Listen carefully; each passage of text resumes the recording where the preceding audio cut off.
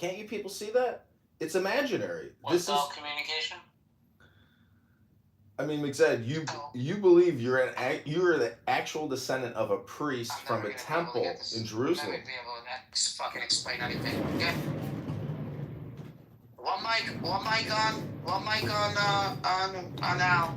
Well, you guys have a good opportunity here to talk to a man who thinks he has a future job in a temple as a priest. Go ahead, McZed. Tell them your future work. What you're going to do for your career in the new world.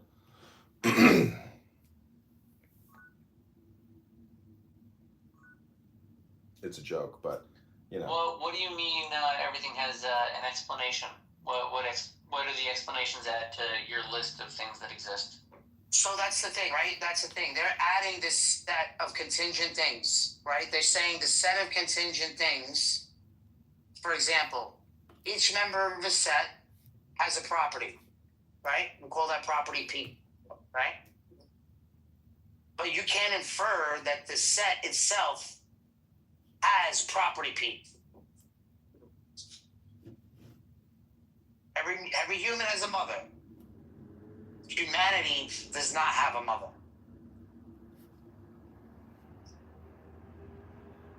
Yeah, if you're saying in an abstract sense, humanity does have a mother in an abstract sense. As in there was that first abstract, not concrete. Concrete. And have you heard of the Earth? Distinction you're trying to draw. This is the reason why. This is the reason why. Like a lot of times, this is why I don't like doing this philosophy thing with you guys too much because you have no idea what you're talking about. I know exactly what the fuck I'm talking about. McZed, you didn't know that every man and every woman has a mother? Please, it's just so fucking basic. You guys are What about that guy over there? Misrepresenting what I'm saying. But it's fine. Well, you know what? You should see this movie called Dinner with Andre. I think that'll help explain a lot of these more difficult concepts. It's a good movie. They're not difficult for me. I mean, and at first they were. Why do you struggle with them? I'm not struggling. I'm struggling good. to make it. I'm struggling to make you guys understand. Oh. So you're just bad at explaining yourself. Exactly. Are you preaching Jesus Christ? What are you saying exactly? I'm using good examples too. You guys just don't get it. Do you have a purpose? Oh, wow. Point of order, moderator. Is there a purpose to this room, or is it just like a generalized conference call? Generalized conference call.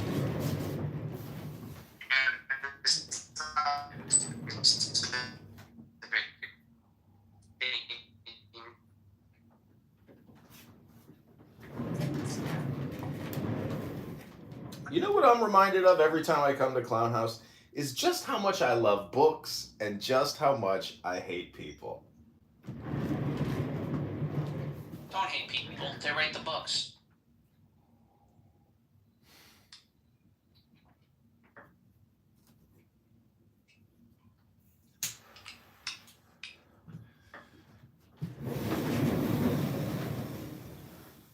See, if we were to have an actual debate club, it would be timed and it would, have an agenda, as opposed to just this milieu of, Muslims and non-native English speakers coming in here to practice their English with a native English speaker on the East Coast.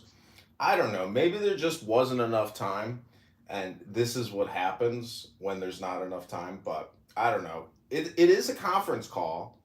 And people have been coming here for years, and Barth seems to be very successful, but at his expense. Don't forget, ladies and gentlemen, day after day, Barth, a contractor who puts nails in wood, has been coming here and holding a sacred space for non-native English speakers to practice their English while thinking and talking about very complex and difficult to understand philosophical concepts which are totally abstract and imaginary. You could call it fiction, but what it's really doing is allowing Barth to get his talk therapy dopamine in because he's so stressed out about his environment. So what's wrong with that? Sounds like a nice little capitalistic ecosystem. Yeah, so for a long time, I used to talk this much on the job, and it used to get me in trouble. So there you go. Now so what I did what I did exactly. So, well, you see what I do, still who I Barth. am.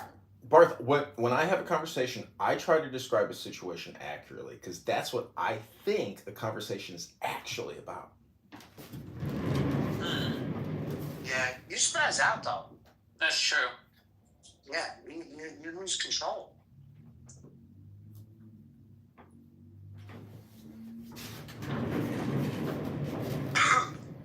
Well, don't forget, all communication is projection and hypnosis and suggestion.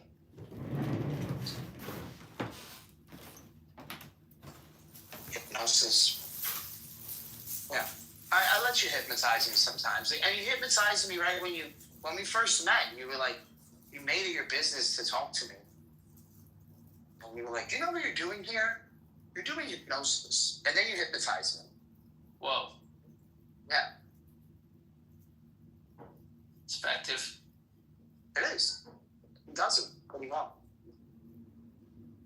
What's up, Sam?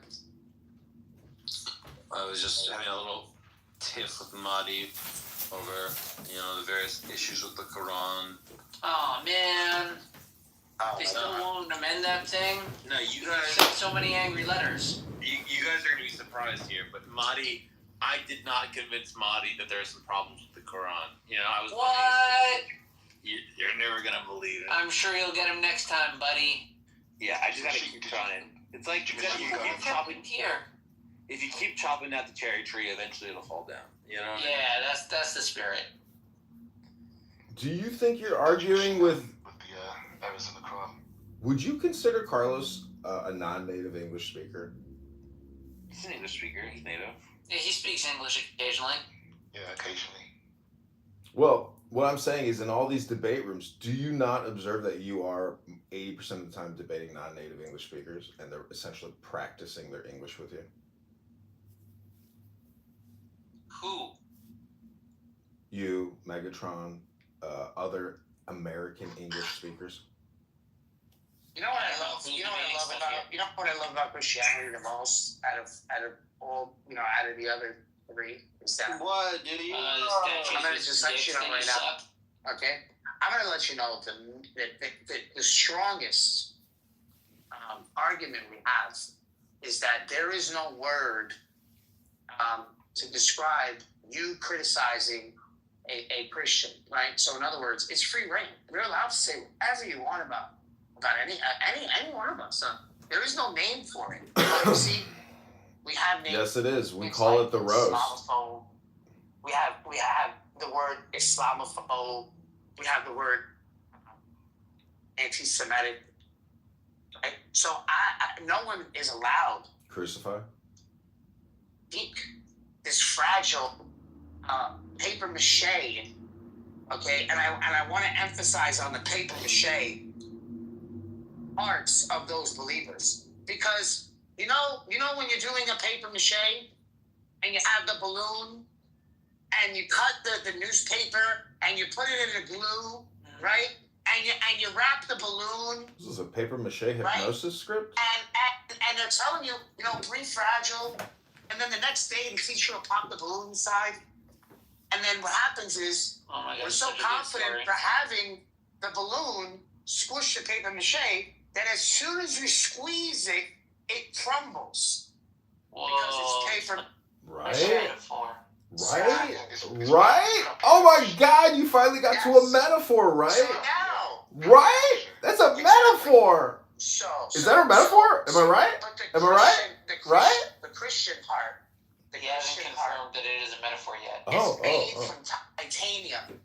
From these Titanium, right? are very rare in the world. Right? You could sit there and insult us. It's a religion of titanium. We will still Right? invite you in. We will still welcome you your day. And So cool. yeah. Right? There's other religions like so powerful, you can handle anything. You know what I'm saying? Point of order, moderator. Point of order, moderator. Stop these talking, babbling monkeys. Point of order, moderator. Point of order, moderator. Moderator, point of order, moderator. What was the last book you actually read, Barth? as opposed to, because you've been on here for 2 weeks now, non-stop, hardcore. Does your family still exist? Borderlines. I've been reading Borderlines by Boren. What's his name?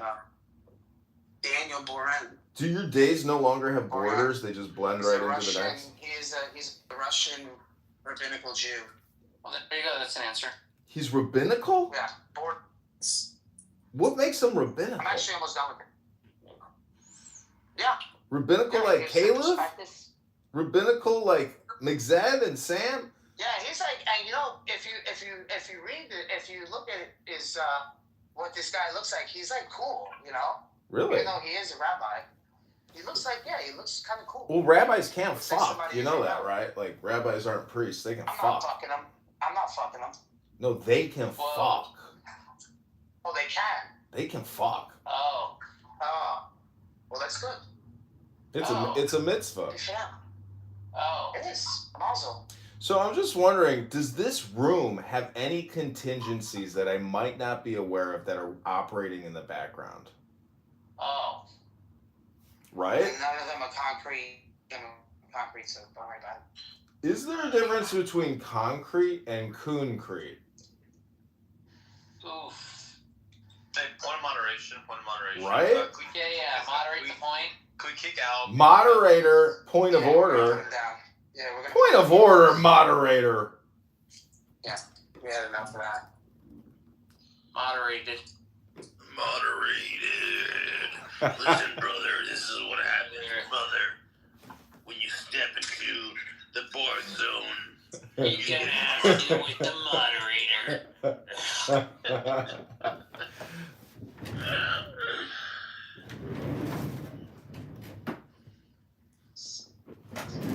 Alright. That's funny. You mentioned the book. I'm actually looking for a new book.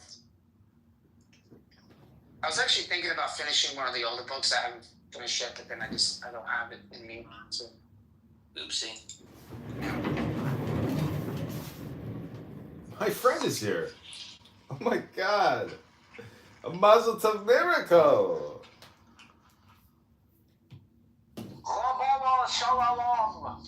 My friend, I find it best to stop thinking, and then I can end all my problems. Did you see that thing I texted you? I sended you? No, not yet. I sended you something. Oh, did you see the world's oldest basket? Yeah, that was amazing. I mean, I've seen that before, but that's amazing. Thank you for thinking of me. I'm glad that makes you think of me. Yeah, you got a magic element as a weapon. It's called your basket, but technically that's just a cup, which is your brain. Right. Or your body. Anyway, I sent you a stand-up comedy by Pete Holmes. Do you know who that is? Pete Holmes? Oh yeah, I briefly watched it. But you do realize that, like, if you send a video to somebody, it's like the same thing as if they came across it. They will stay for literally 0.8 seconds. It's just another thing to stare at for 5 seconds. I know, but my attention span is at the 0.8 You're seconds cooked. mark. You're cooked. Oh cooked. man. Oh But man. the funny thing was just that it was something about how God is indescribable. Oh, So he it made- immediately went it into a made me think of metaphor. Yeah, he was like, oh, God is indescribable, it's something like this. And I was like, oh, this is in the same way that baskets make you think of me. When I hear somebody talk about the indescribable nature of the universe, I'm like, oh, that's just like my friend John is always saying. You can't be described. Have you ever seen a small enough basket that you can actually place it inside of a case? You know, like an attaché. And then you can walk around with a basket. With a basket case. With a basket case. I make baskets that are so small that you could dangle them from your ears. And in fact, people do dangle them from their ears frequently. Well, you know what I have found is I think successful people don't repeat themselves. They don't go to the same party. They don't make it some type of annual tradition. They do something new and dynamic all the time. And those are the people who are essentially running experiments and doing, test fail. So, to me, Clown House is nothing more than an experiment in how you use your time. And I've been in the Megatron room right now. Barth is speaking to Sam and McZed.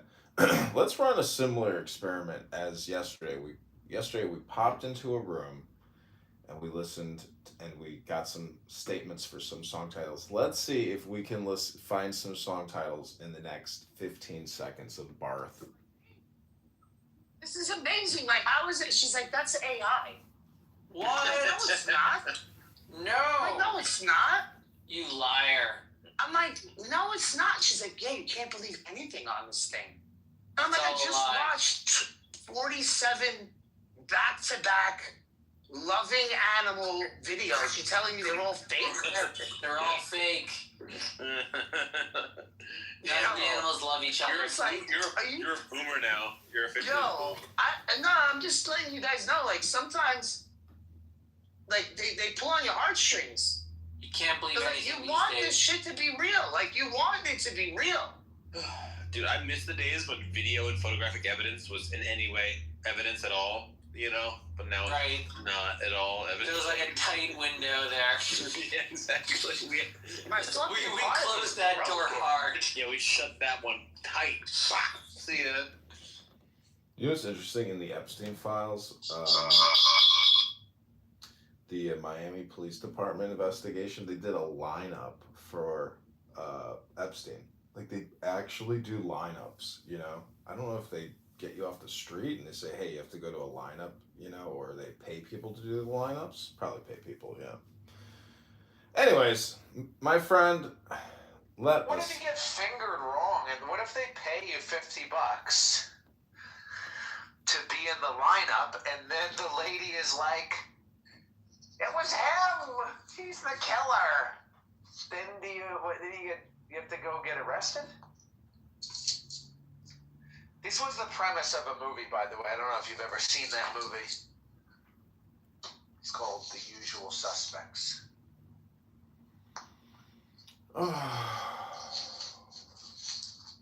Well, I'm gonna do a meditation here. And yesterday I set free like 1,000 videos on YouTube or more. So I'm like all caught up on publishing Clubhouse to YouTube across many, many different accounts.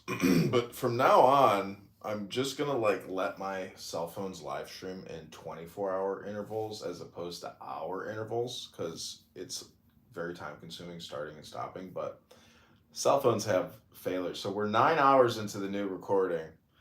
And then when I read, I just there's a little icon when you're live streaming on YouTube when you get here. It's a clip. So you clip it and like it'll create a 49-second clip. So you can read for 50 seconds and then click it and then just This is good. I think you should consider treating yourself kind of like treating your footage like a dash cam. Yeah. Where the dash cam is constantly running, but every now and then you catch something that's like worth publishing. Mm-hmm. Also, if you're curious, PTR, the handle is broken here, but this is a very small basket that I have made. But the handle broke, but still. Mm-hmm. Nice, dude. But yeah, feel free to do your meditation here. I'm going to do my tobacco meditation. You would have been very useful in the year like 1860 or something. Yeah, talk about the year fucking 50,000 BC. You chose a very out-of-date hobby. Yes, it's anachronistic. Technically you're a sculptor, even though you're a weaver. And, oh man, I saw this Indian guy who made a cup out of stone. And oh my gosh, I was like, holy fuck, dude. Like, that is a beautiful cup. Did he make it? How did he make it? Did he drill it or did He drilled it. Oh, okay. He made the Have you ever heard of? There's a term called pecking and grinding. Yeah. Do you know what that is? Yep. Basically, like knocking one stone into the other until something is formed. Yeah, that's quite a task. I've done some of that. Yeah. Well, I'm just saying you're a great artist, so I salute you, sir. Well, thank you. You're an artist as well. There are some people on Clown House. It's funny, man. You know, you should be proud of yourself to a degree. I mean, don't share it with anybody off the app. Don't ever share it with a woman who you're on a date with. But between you and me, you've come a long way where now you're like very well known on this app and like you're one of the most notorious people, and a lot of people consider you to be a very talented performance artist. And I think that's kind of a cool performance here. Yeah, thanks. Thank you. That's nice. Definitely don't repeat it. Don't talk to your mother about it. Well, see, what I want is actual feedback on my YouTube, content, but nobody. Well, I've given you some feedback. Well, there is so much content that no one has the attention span. Well, that is my feedback, is that you need to edit and that you are on to something smart here with what you're doing, but maybe you need an editor, because maybe you're not the editor, maybe you're the creator. But if you had an editor, or if you had the ability to edit, then you could create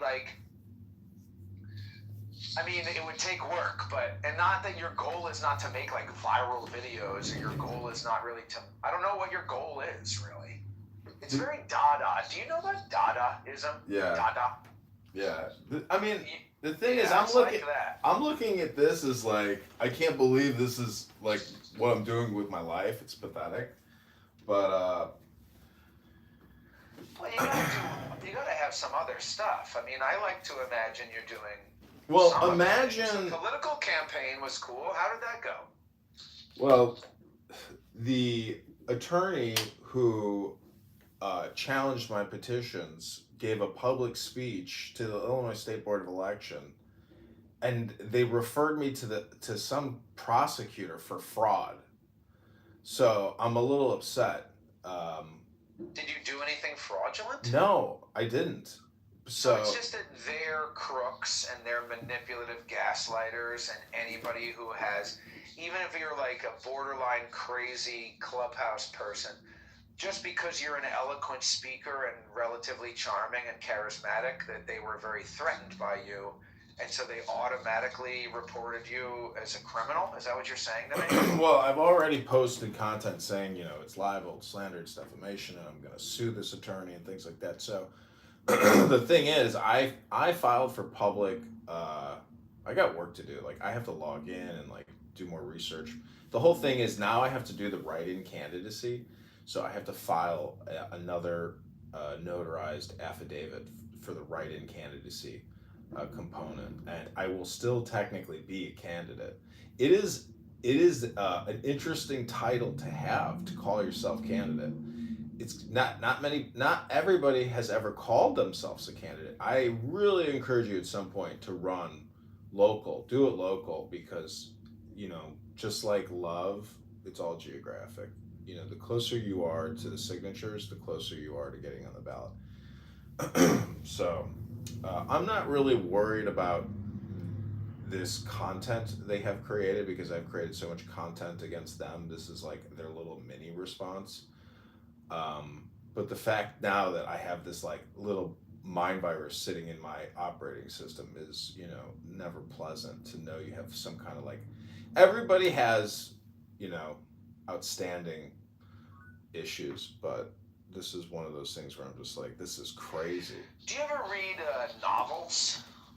Or you only like the wisdom books? You only like the... Life is short, and I heard some quote from some famous guy. He actually said, life is short, read good books. Don't read novels? No, read good books. If it's a good book, it's a good book, but, I'm not pulling out Ishmael. But I have so many books surrounding me right now, and I'm about to put on Felon. So, nice. Well, I was just going to ask you if you had read a book, but it is a novel. There's a chance that I didn't read it, my friend. It's called Too Late, The Phalarope by Alan Payton. You ever heard of that? My friend, this is a meditation class, and all suggestions are appreciated, but a book recommendation is a suggestion. But time, it's a good book. Time is it's limited. Relevant. It has a message that's relevant to your life situation right now. You know, it just amazes me that you can publicly accuse somebody of fraud, and that's not libel slander. I mean, you have to have evidence to accuse somebody of fraud, and it's just one-way communication. Plus, it's not a trial. He's not a state prosecutor. He challenged my petitions.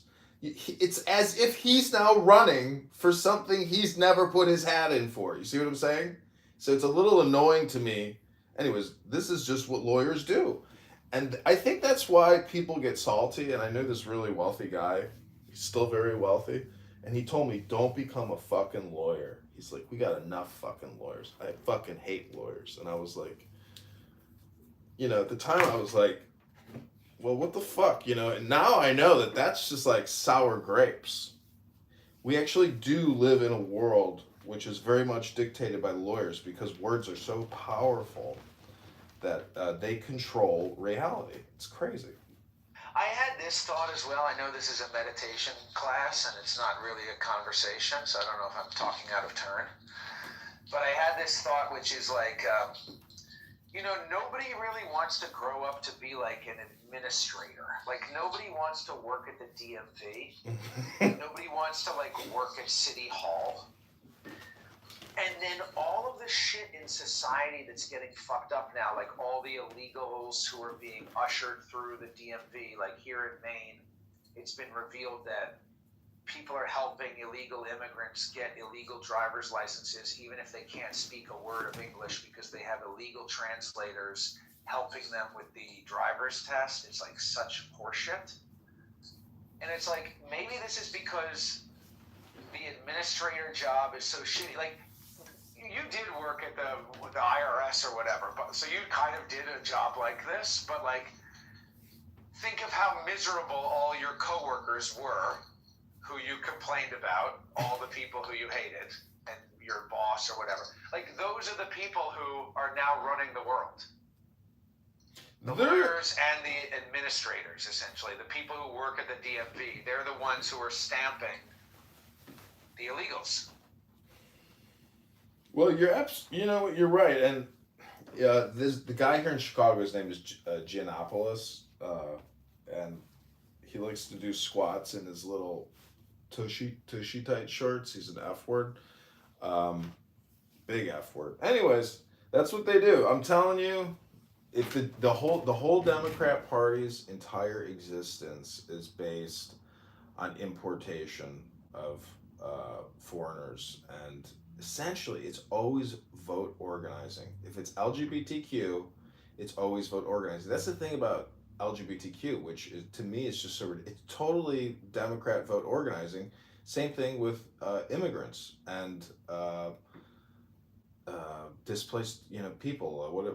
Anyways, refugees. So the whole thing is all communication is not just suggestion and hypnosis. It's political. It's always political. It's sickening, but the thing is, that's why I like to mix in poetry and music, and that's what this meditation is all about. It's a sacred little space, and I've got my tefillin on, and I've got my shachlis. I got my little zitzit.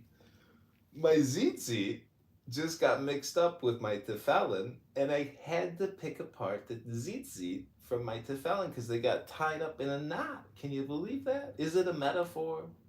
The zitzit merging with the tefillin. I don't know. Do you put on tefillin? I ordered tefillin from the internet, and it hasn't arrived yet. But when it comes to my house, I'm going to start putting it on. It's an experiment. you know, because it is like a protective amulet type of thing. But the best way to use tefillin is to know how to use tefillin, and I don't follow the correct legal way. I do have a book on it, and I'm hoping to get to it. But thankfully, I have real Jewish friends who don't play dress up like me. They actually speak Hebrew and know exactly what they're talking about and doing when they do it. I, on the other hand, am just trying to fit in, aka. Do you have a sitter? I have a Sefer Avadot. Sefer What is that? Avadot, I don't know Israel. what that is. Sefer Avadot. It's a special little book, which it basically, if you're Jewish, it's got everything you need to be Jewish. It's called the Sefer Avadot. That might be true, but the Siddur is the Chabad book. Do you have one of those? I'm pretty sure I got one somewhere around Because here. it has instructions for how to put on tefillin. And you know the thing about tefillin, I don't know if you wrap it tight around your arm, but I just read an article that said wrapping tefillin can have cardiovascular benefits for your heart. You know, the thing is, Because it cuts off the circulation a little bit, gets your blood kind of pumping. that's not what it is. It's a relaxation. That's what meditation is. It's a concentration and a focus, which results in relaxation. It's not that you're pressurizing your left arm. You are doing a ceremony and a ritual to It's relax. like a prayer bead almost. Yeah, because you're wrapping it. And, Right. you know, the thing is, some people wrap it the same way every single time. To me, I wrap it a little different every time. So there's an unlimited number of ways to use it. And this is what I told El Normo. I said, why don't we put on tefillin on Shabbos? And he said, I don't know, why not? And I said, because you're already wrapped in the Shekhinah on Shabbos, no need to wrap twice. And so the metaphor or the joke about tefillin is you're wrapping. It's like wrap your shit up. You know what I'm saying? Ooh, Right. ooh, ooh. It's how you connect with the Shekhinah. It's Gnostic. It is Hermetic. It's what it is. And it's Greek too. The Greeks put tefillin on. These Greek Orthodox, Greeks are an interesting people. You know, I would love to marry a Greek woman. Oh, what a love! What a delight! Beautiful black-haired Greek woman. So I was going to ask you, but then I figured I could just look it up. But now I'm dissatisfied with what I looked up, so I'm going to ask you, what does hermetic mean? Hermes, above and below, below and above. If you want to change anything, you have to go above, and then, you know, it'll come down. Or you could have the opposite perspective, that you already are above, that it is one totality. So That's very nice. You were one of the only people who clicked like on that video I made the other day where I was talking about the up and down spiral. Did you get what I was talking about there? Zach, my friend, It was like very stoned thought, but I was like, I had this image while I was in the shower of like, oh, you could go up and then you go down, and when you go up and you go, there's the same point. But last time it was like I was reaching for it, and now I'm like ducking down to scoop it up from the ground, you know? yeah, that's one way to do it. Yeah. Have you ever seen people like, you know, touch the ground and stand up? Sure. What do you mean? Ritualistically, or? Yeah, like that's a symbol for above and below, below and above. Same thing with a salute, you know. Right. So these are all metaphors, you know. But the whole thing is a change of consciousness. It's about relaxation. It's about getting back to that sacred center of solitude and silence, because the God is actually a wordless, you know, entity. That, you know, if you know the Tao, you know, the name that cannot be named, and, you know, if you have a name, that's not the eternal name. The eternal name has no name. Right. So everybody here on this app, you know, Barth's room was called whatever. But everybody here is worthy of analysis. How are you spending your time? How much time? What are you listening to? What are you saying? And the truth is, if we were able to compress it for people, they would realize, oh fuck, this is a shame. You know, how can I waste so much time just having casual English conversations with ESL students for free? For free, ladies and gentlemen. You don't get paid for this. You know, people literally. Do you know how people actually got here? Because people use this for English training, English education. They got here from YouTube. They never heard of Clubhouse. They heard about it because of some ESL teacher on YouTube. And they're sitting here talking about the Quran nonstop, debating it with Catholics. It's insane. All right, so let us begin our little peaceful 3-minute meditation. We're going to read one little Rumi poem, random number. Give me one random number, my friend. 1 through 100. What's your number? 33, but I have to go soon, but I'm going to listen. But 33. Okay, here we go. Come, how much is a kiss from that precious ruby? If a kiss is for a life, it is a duty to buy. Since the kiss is pure and not proper to earth, I will become a disengaged spirit. I will emerge from this body. The sea of purity said to me, no aspiration is granted gratis. The pearl of price is with you. Come, break the shell. For the kiss of the rose, which confers splendor on wine, the whole world is putting out its tongue like a lily. I blunder. If you be all kings, if you be like Mars and the moon, ask not for a kiss from that untamed darling. Enter, moon of heaven, for I have opened the window. For one night shine on my face, press your lips on mine. Close the door of speech, and open the heart's window. You will not obtain a kiss of this moon, save by way of the window.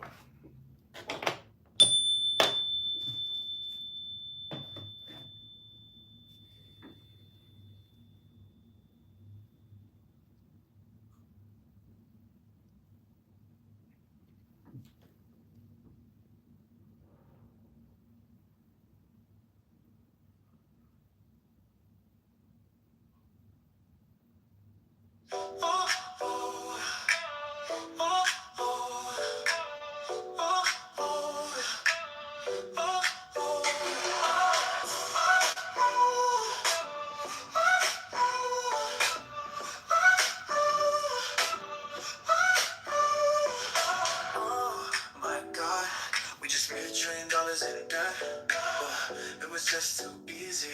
I don't even know why they let us get away with it. We can do anything we want. And now we're gonna sell some vaccines. Get your shots, get your shots, get your shots, get your shots. And I love what we did with the rural broadband bill. That was a real one, that was a good one. And I know all you farmers love me the same way you love your guns. And you know I'm not gonna take them away from you, because I want you to have them. So get your vaccines, get your vaccines, get your vaccines, get your vaccines. Another banger. Get your vaccines, ladies and gentlemen. Get your vaccines. Get your vaccines, get your vaccines, get your vaccines, get your vaccines, get your vaccines, get your vaccines, get your vaccines, get your vaccines. And then one of those guys put it to teach them. They were like, so you don't have any reason at all. And he's like, no, me and Alvita couldn't start laughing. You know, Alvita was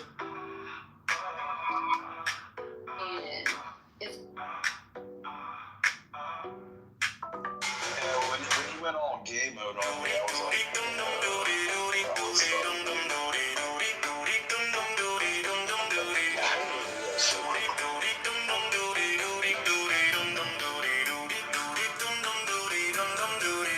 Take the deepest breath of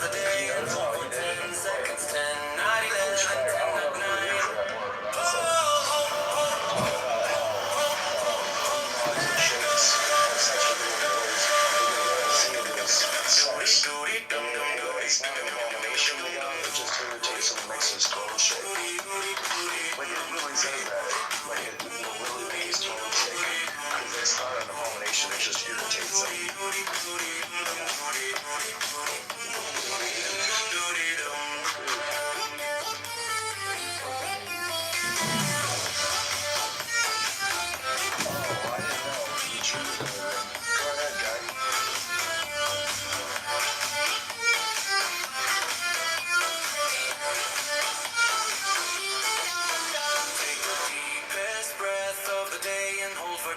Seconds, 10, not 11, 10, not 9.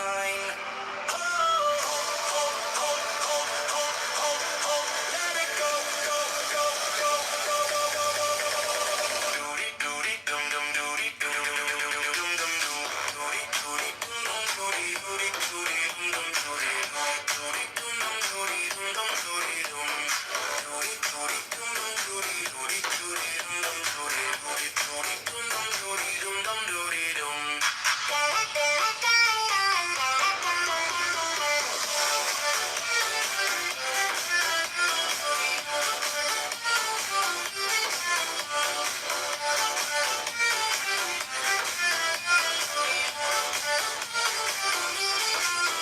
Take the deepest breath of the day and hold for 10 seconds. 10, not 11, 10, not 9. Hold, hold, hold, hold, hold, hold, hold. Let it go, go, go, go, go, go, go, go, go. Doody, doody, dum, dum, doody, dum, dum, dum, dum, dum, dum, dum, dum.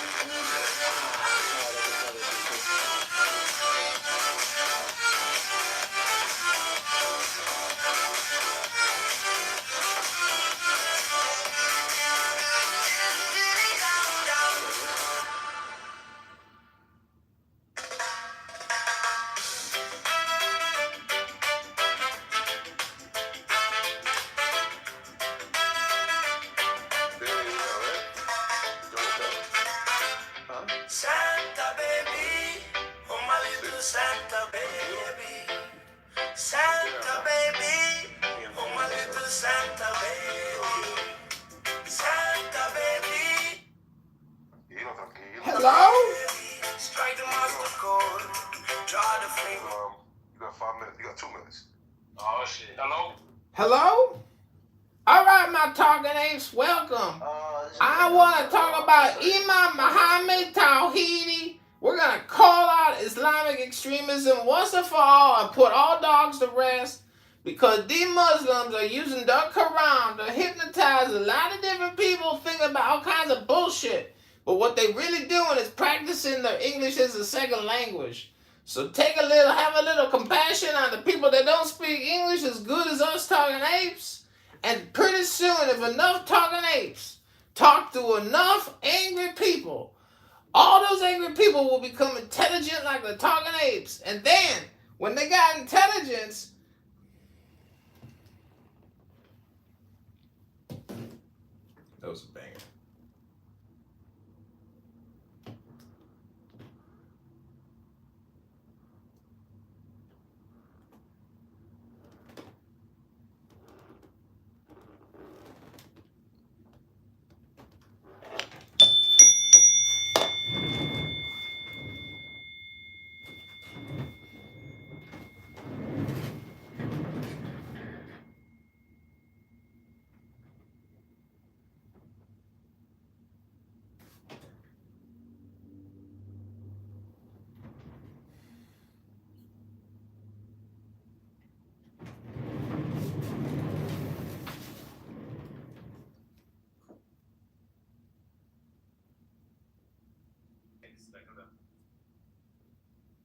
Hey, stereo, let him up. I can't let him up.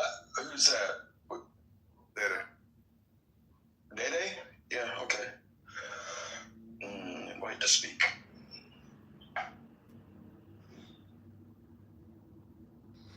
I just want the bean. There's plenty of mods that don't need to be a bean.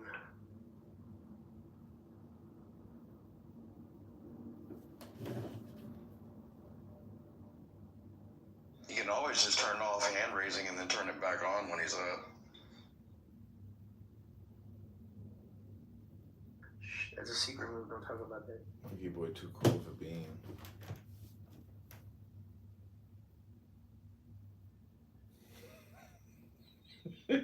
Bro, I'll tell you, that guy, musician, is the weirdest dude on this app. Oh, John Kitover? Yeah. The weirdest man in this app. Just think, he might be a congressman. I doubt it. He's too weird. I don't know. I saw the debates when he was up and debating against all of his, competitors. I don't know. He crushed it. He had the crowd on his side. I doubt it. Well, I mean, he was wearing his meta glasses, so you can see it from his point of view when people were like asking the questions to everybody. That's weird. It's kind of weird. Kind of a dope little. That's weird. That just confirms that he's weird. Weird. Aren't we all? Yeah, but he's like unhealthy weird. Like he's a detriment to society weird. You think that shit's cool though? I think you're weird, bro. Oh, I'm definitely weird. Yeah, I know. What'd I miss? Well, you don't like that nigga, did I? I think he's funny.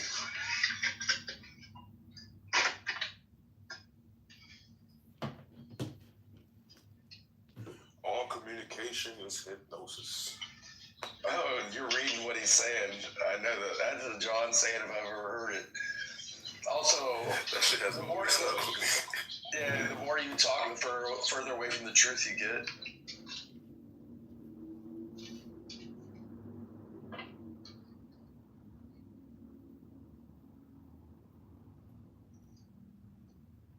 What happened to my favorite Muslim? Beat him up real quick.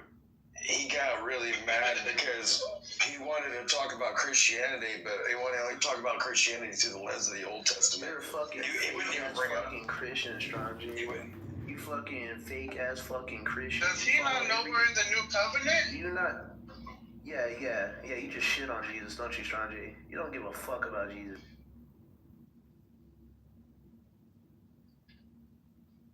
You know, he admitted that the Quran contradicts itself. Yeah, he did. Yeah. But you love that Muslim so much, you make him a mod, right? You love Muslims. You don't care if you fucking rape kids. Everybody, dude. Yeah, it doesn't matter if you rape little kids. Give him the green. No, he don't follow the Quran like that. He's not a true Muslim, so I give him a pass.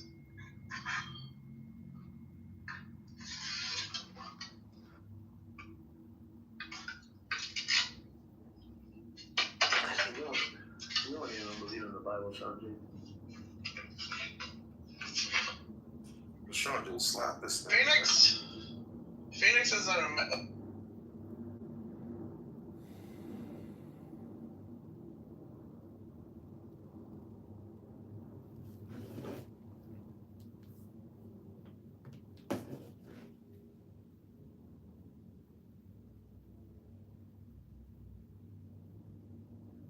Empirically explained by assimilation, like. No, but it's not. So the difference is saying empirical equivalence. That's right. And saying you just don't have a reason. And then the reason I might the reason that might motivate my selection is like simplicity, for instance. Yeah, some kind of virtue that one has over the other. Let's just be completely agnostic about it. So I don't know. Yeah. There's no reason. There's no more reason to pick one of it. Because even if it's a mistake, it could just be. That would be a reason. Yeah, but it could just be intuition, right? No, but that would constitute a reason. What you mean? That would just. Yeah. But I'm saying that could be one of the reasons. It could just be intuition without any other simplicity. But that is a good reason. And to be clear, but that intuition is not the answer that T-Jump gave, though. No, I don't think so. So, I mean, he just said the phrase, "I don't have a reason." That's what was fucking hilarious about it. But the point is that an intuition can serve as a prior, right? You know, like an intuition could just be a prior. Sure, yeah. Right. So if the evidence is but I'm saying, well, I disagree. But I don't know enough about priors to really comment. But I don't think that's. I think that's controversial to say that it's like that. But nevertheless, yeah, I'm saying like, if the evidence is equivalent, if the evidence is equal, so there's no more evidence for one over the other, but your prior is higher on one over the other. It obviously just means that thing is like that. That's the kind of theorematic reason to believe one over the other. Do you know what I mean? Like you just put that into the Bayes theorem, and it will tell you the conditional probability is higher for or one over the other, right? So that is a reason. So clearly, if that was what he actually thought, he could have just said that. Yeah, do you know what? I'd have to re-listen to it. I'm happy to have the discussion. Is Rob familiar with how the discussion went on? No, I don't recap everything, bro. I just basically Rob was arguing about. I think he was arguing about the same thing you guys are arguing about, and I was just talking to him about.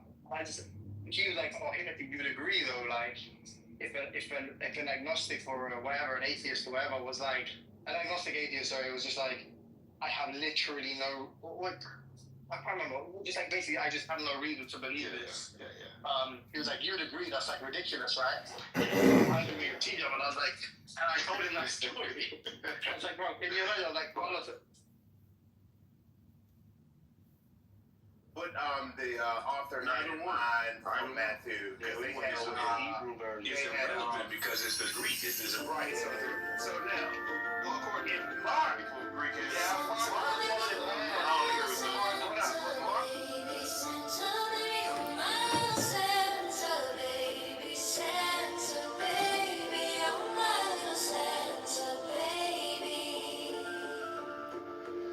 Strike the master chord, draw the flaming sword. Merry Christmas, Merry Christmas, Merry, Merry Christmas. Take the deepest breath of the day and hold for 10 seconds, 10, not 11, 10, not 9. Hold, hold, hold, hold, hold, hold, hold, let it go, go, go, go, go, go, go. Santa baby, oh my little Santa baby, Santa baby, oh my little Santa baby, Santa baby, oh my little Santa baby. Strike the master chord, draw the flaming sword. Merry Christmas, Merry Christmas, Merry, Merry Christmas. Take the deepest breath of the day and hold for 10 seconds, 10, not 11, 10, not 9. Hold, hold, hold, hold, hold, hold, let it go, go, go, go, go, go, go. Santa baby, oh my little Santa baby, Santa baby, oh my little Santa baby, Santa baby, oh my little Santa baby. Strike the master chord, draw the flaming sword. Merry Christmas, Merry Christmas, Holocaust Memorial Association, Alliance, whatever the hell they are, definition of anti-Semitism. It's anti-Semitic to be against Jews having privilege to do things you can't do. So under that definition, I'm anti-Semitic for being against Jews doing a Tom Artie or Mandrovich like what you had in America in Nevada. So I pick a fight with him for that. He comes to my timeline, he sees government documents from the Victorian Equal Opportunity Human Rights Commission. They're bad guys. They did the kidnapping for the OTO I talked about before. And when they published a document called it's the Vilification Law Manual Handbook, second edition 2000. Okay.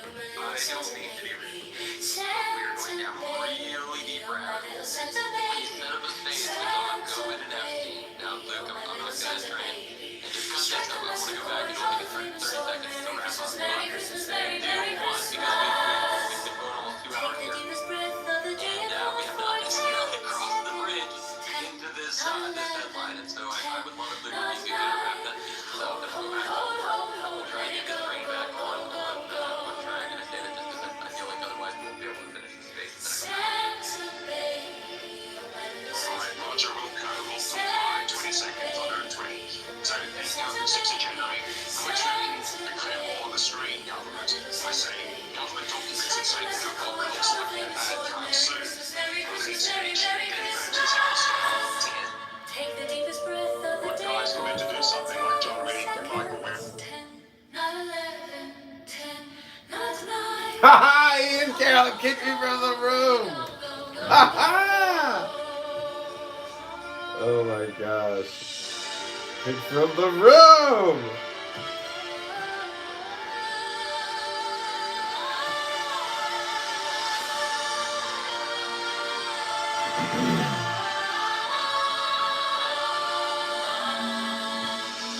Santa baby, oh my little Santa baby, Santa Santa baby, oh my little Santa baby.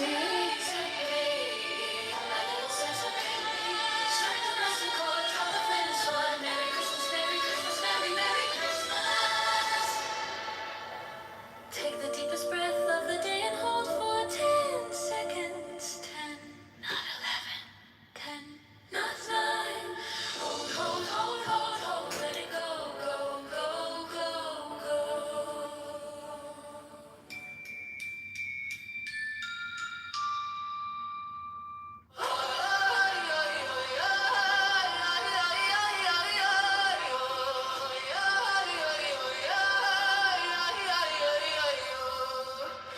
Santa baby, oh my little Santa baby. Santa baby, oh my little Santa baby. Santa baby, oh my little Santa baby. Strike the master chord, draw the flaming sword. Merry Christmas, Merry Christmas, Merry Merry Christmas. Take the deepest breath of the day and hold for 10 seconds. 10, not 11, 10, not 9. Hold, hold, hold, hold, hold, hold, hold. Let it go, go, go, go, go, go, go.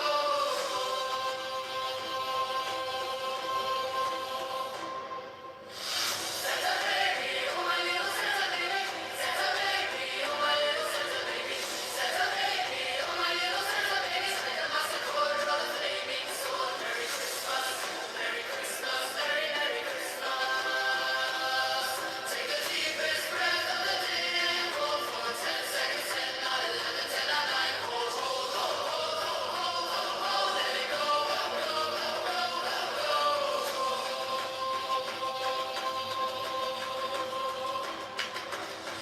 Santa baby, oh my little Santa baby. Santa baby, oh my little Santa baby. Santa baby, oh my little Santa baby. Strike the master chord, draw the flaming sword. Merry Christmas, Merry Christmas, Merry Merry Christmas. Take the deepest breath of the day and hold for 10 seconds. 10, not 11, 10, not 9. Hold, hold, hold, hold, hold, hold, hold, hold. Let it go, go, go, go, go, go, go.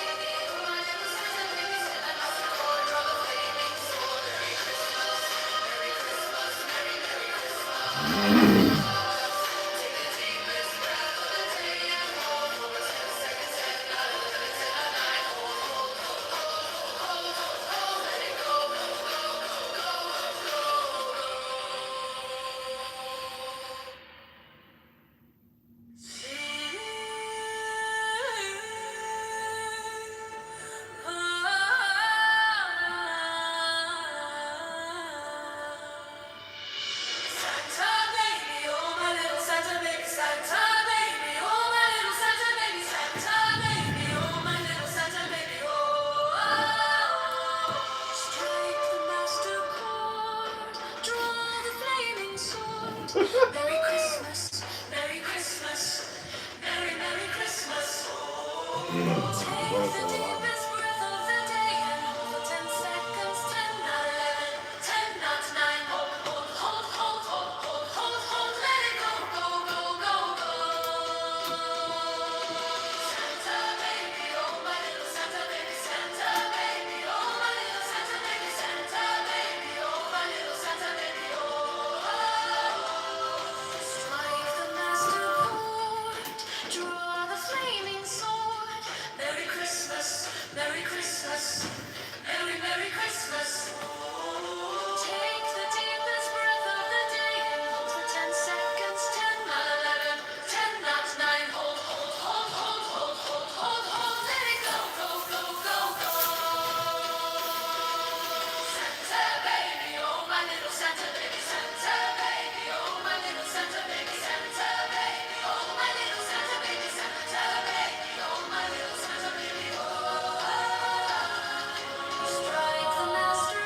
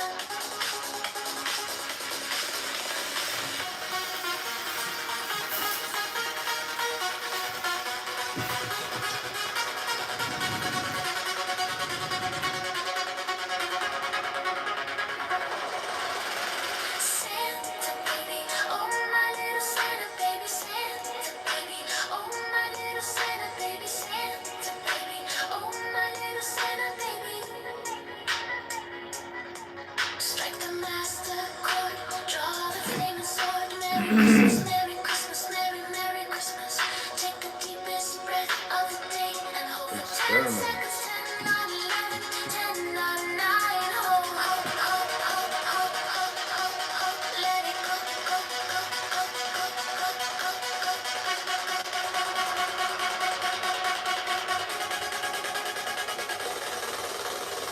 Santa baby, oh no.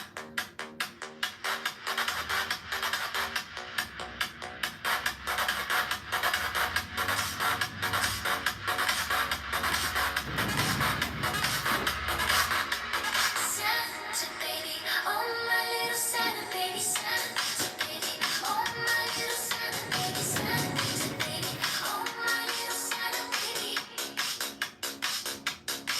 Strike the master chord, draw the famous sword. Merry Christmas, Merry Christmas, Merry Merry Christmas. Take the deepest breath of the day and hold for 10 seconds. 10, 9, 11, 10, 9, 9.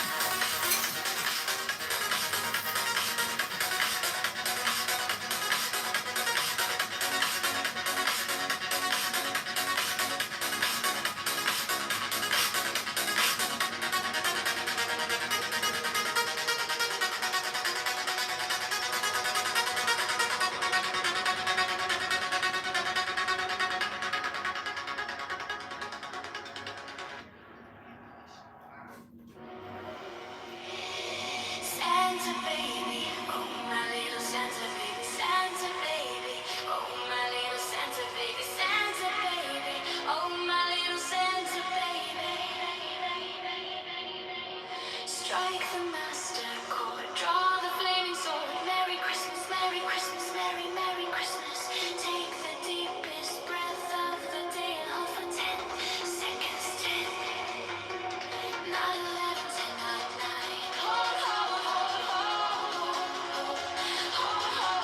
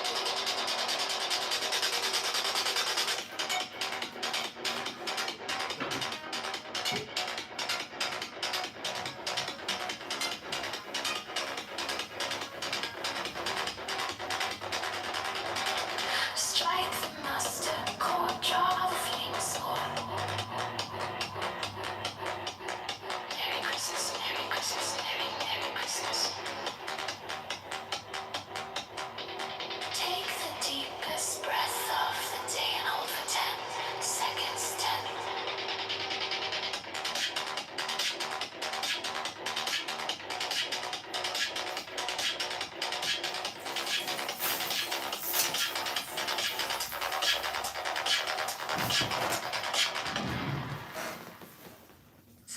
baby, oh my little Santa baby. Do your constituents know that you're still in the Santa election? baby, oh my little Santa baby.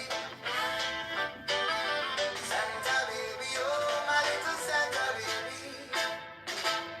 Strike the mastercard, draw the flaming sword, Merry Christmas. They say aspects of their tuning, they're part of the cosmos.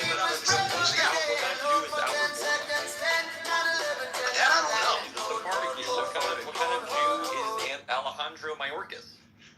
Oh yes. No, He's a now Sephardic by the Jew. way, What kind of Jew is Alexandria Ocasio-Cortez? I don't know. He's a Sephardic Jew. So you start to know How about that the Mexican this power president? structure is dominated by a group, and you could say it's Luciferians. I don't know if Alexandria Ocasio-Cortez worships Satan. I have no idea. But I do know that she's Jewish. I do think she's underqualified. I do know she was heralded by the media, which is disproportionately owned, you could say, by Luciferianism. And why But I would set say the it's by bar Jews. of proof so high to accuse people of Luciferianism when evil is simply the absence of good? In the same way as darkness is the absence of light. I can absolutely show you in no uncertain terms that these people are evil, or the evility that the supremacists among them are perpetrating upon everyone else. You can see it with Zelensky. You can certainly see it with Jeffrey Epstein. We pretty much know that, come on, let's face it, what is the government hiding? All roads lead back to the fact that Epstein was working with the Mossad. Why? To use human trafficking of minors and women that aren't minors in order to blackmail American politicians, in order to inveigle them to pay up so that they can bomb children in Gaza. So that's evil.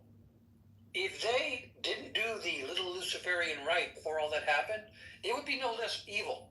So this whole idea, I mean, I don't look at what's right in front of you, evility, and just say, gosh, Jewish supremacy is a problem, and what makes it really a problem is the fact that it's the worst kind of supremacy. It's not like, living like that supremacy. It's not like we're awesome, go us.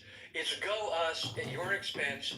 And then when we tie this back, which I think we should bring it back to the COVID tyranny, we're talking about one of the biggest crimes against humanity in the history of civilization. No, I think that's what what's-his-name wants to say. Oh, 100%. Yeah, 100%.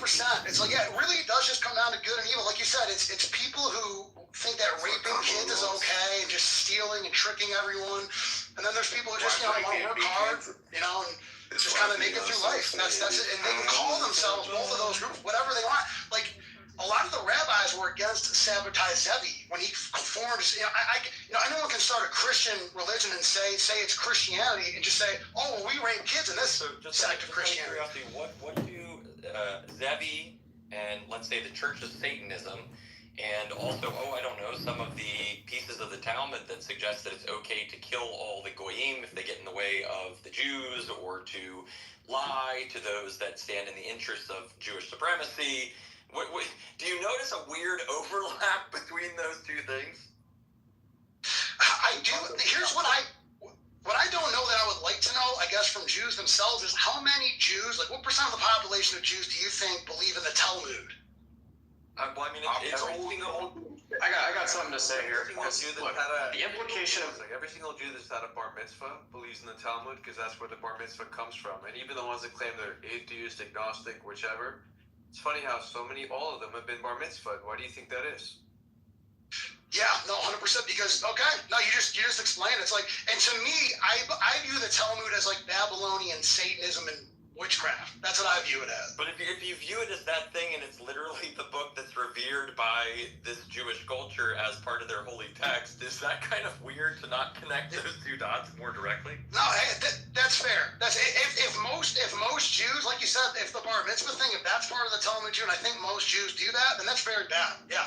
Well, and you can say that. I mean, we can talk about religion and its tenets and all those kind of things, but I mean, when Alexandrovich, one of the right-hand digital leads for Benjamin Netanyahu, is caught literally in a what I think is reasonable to assume was a let's say pedophile sex trafficking ring and prostitution, and then instead of facing any kind of repercussions, he just flies back to Israel where he is seemingly not going to be imprisoned or even held to account for his crimes in the U.S. What does that say about this group of people or their ethical code, right? Yeah, plus the Mexican president, the Argentinian president, when their populations are like less than 1% Jewish, or way below 1%. Are those people Luciferians or are those people just Jews? No, I believe those people are, they're Jews, and they've decided to just become part of this Jewish mafia, and they don't care. So they're just like, they're Jews. Wait, when did they decide that? Well, I guess whenever they. I guess if they decided, like Milikowski, to go bankrupt Argentina for these people, like, that's an evil act. So it's like. And who do you think he would be doing that on behalf of? Yes. Oh, it's And listen, you were talking last night. You notice where we're going? It's Speed Force.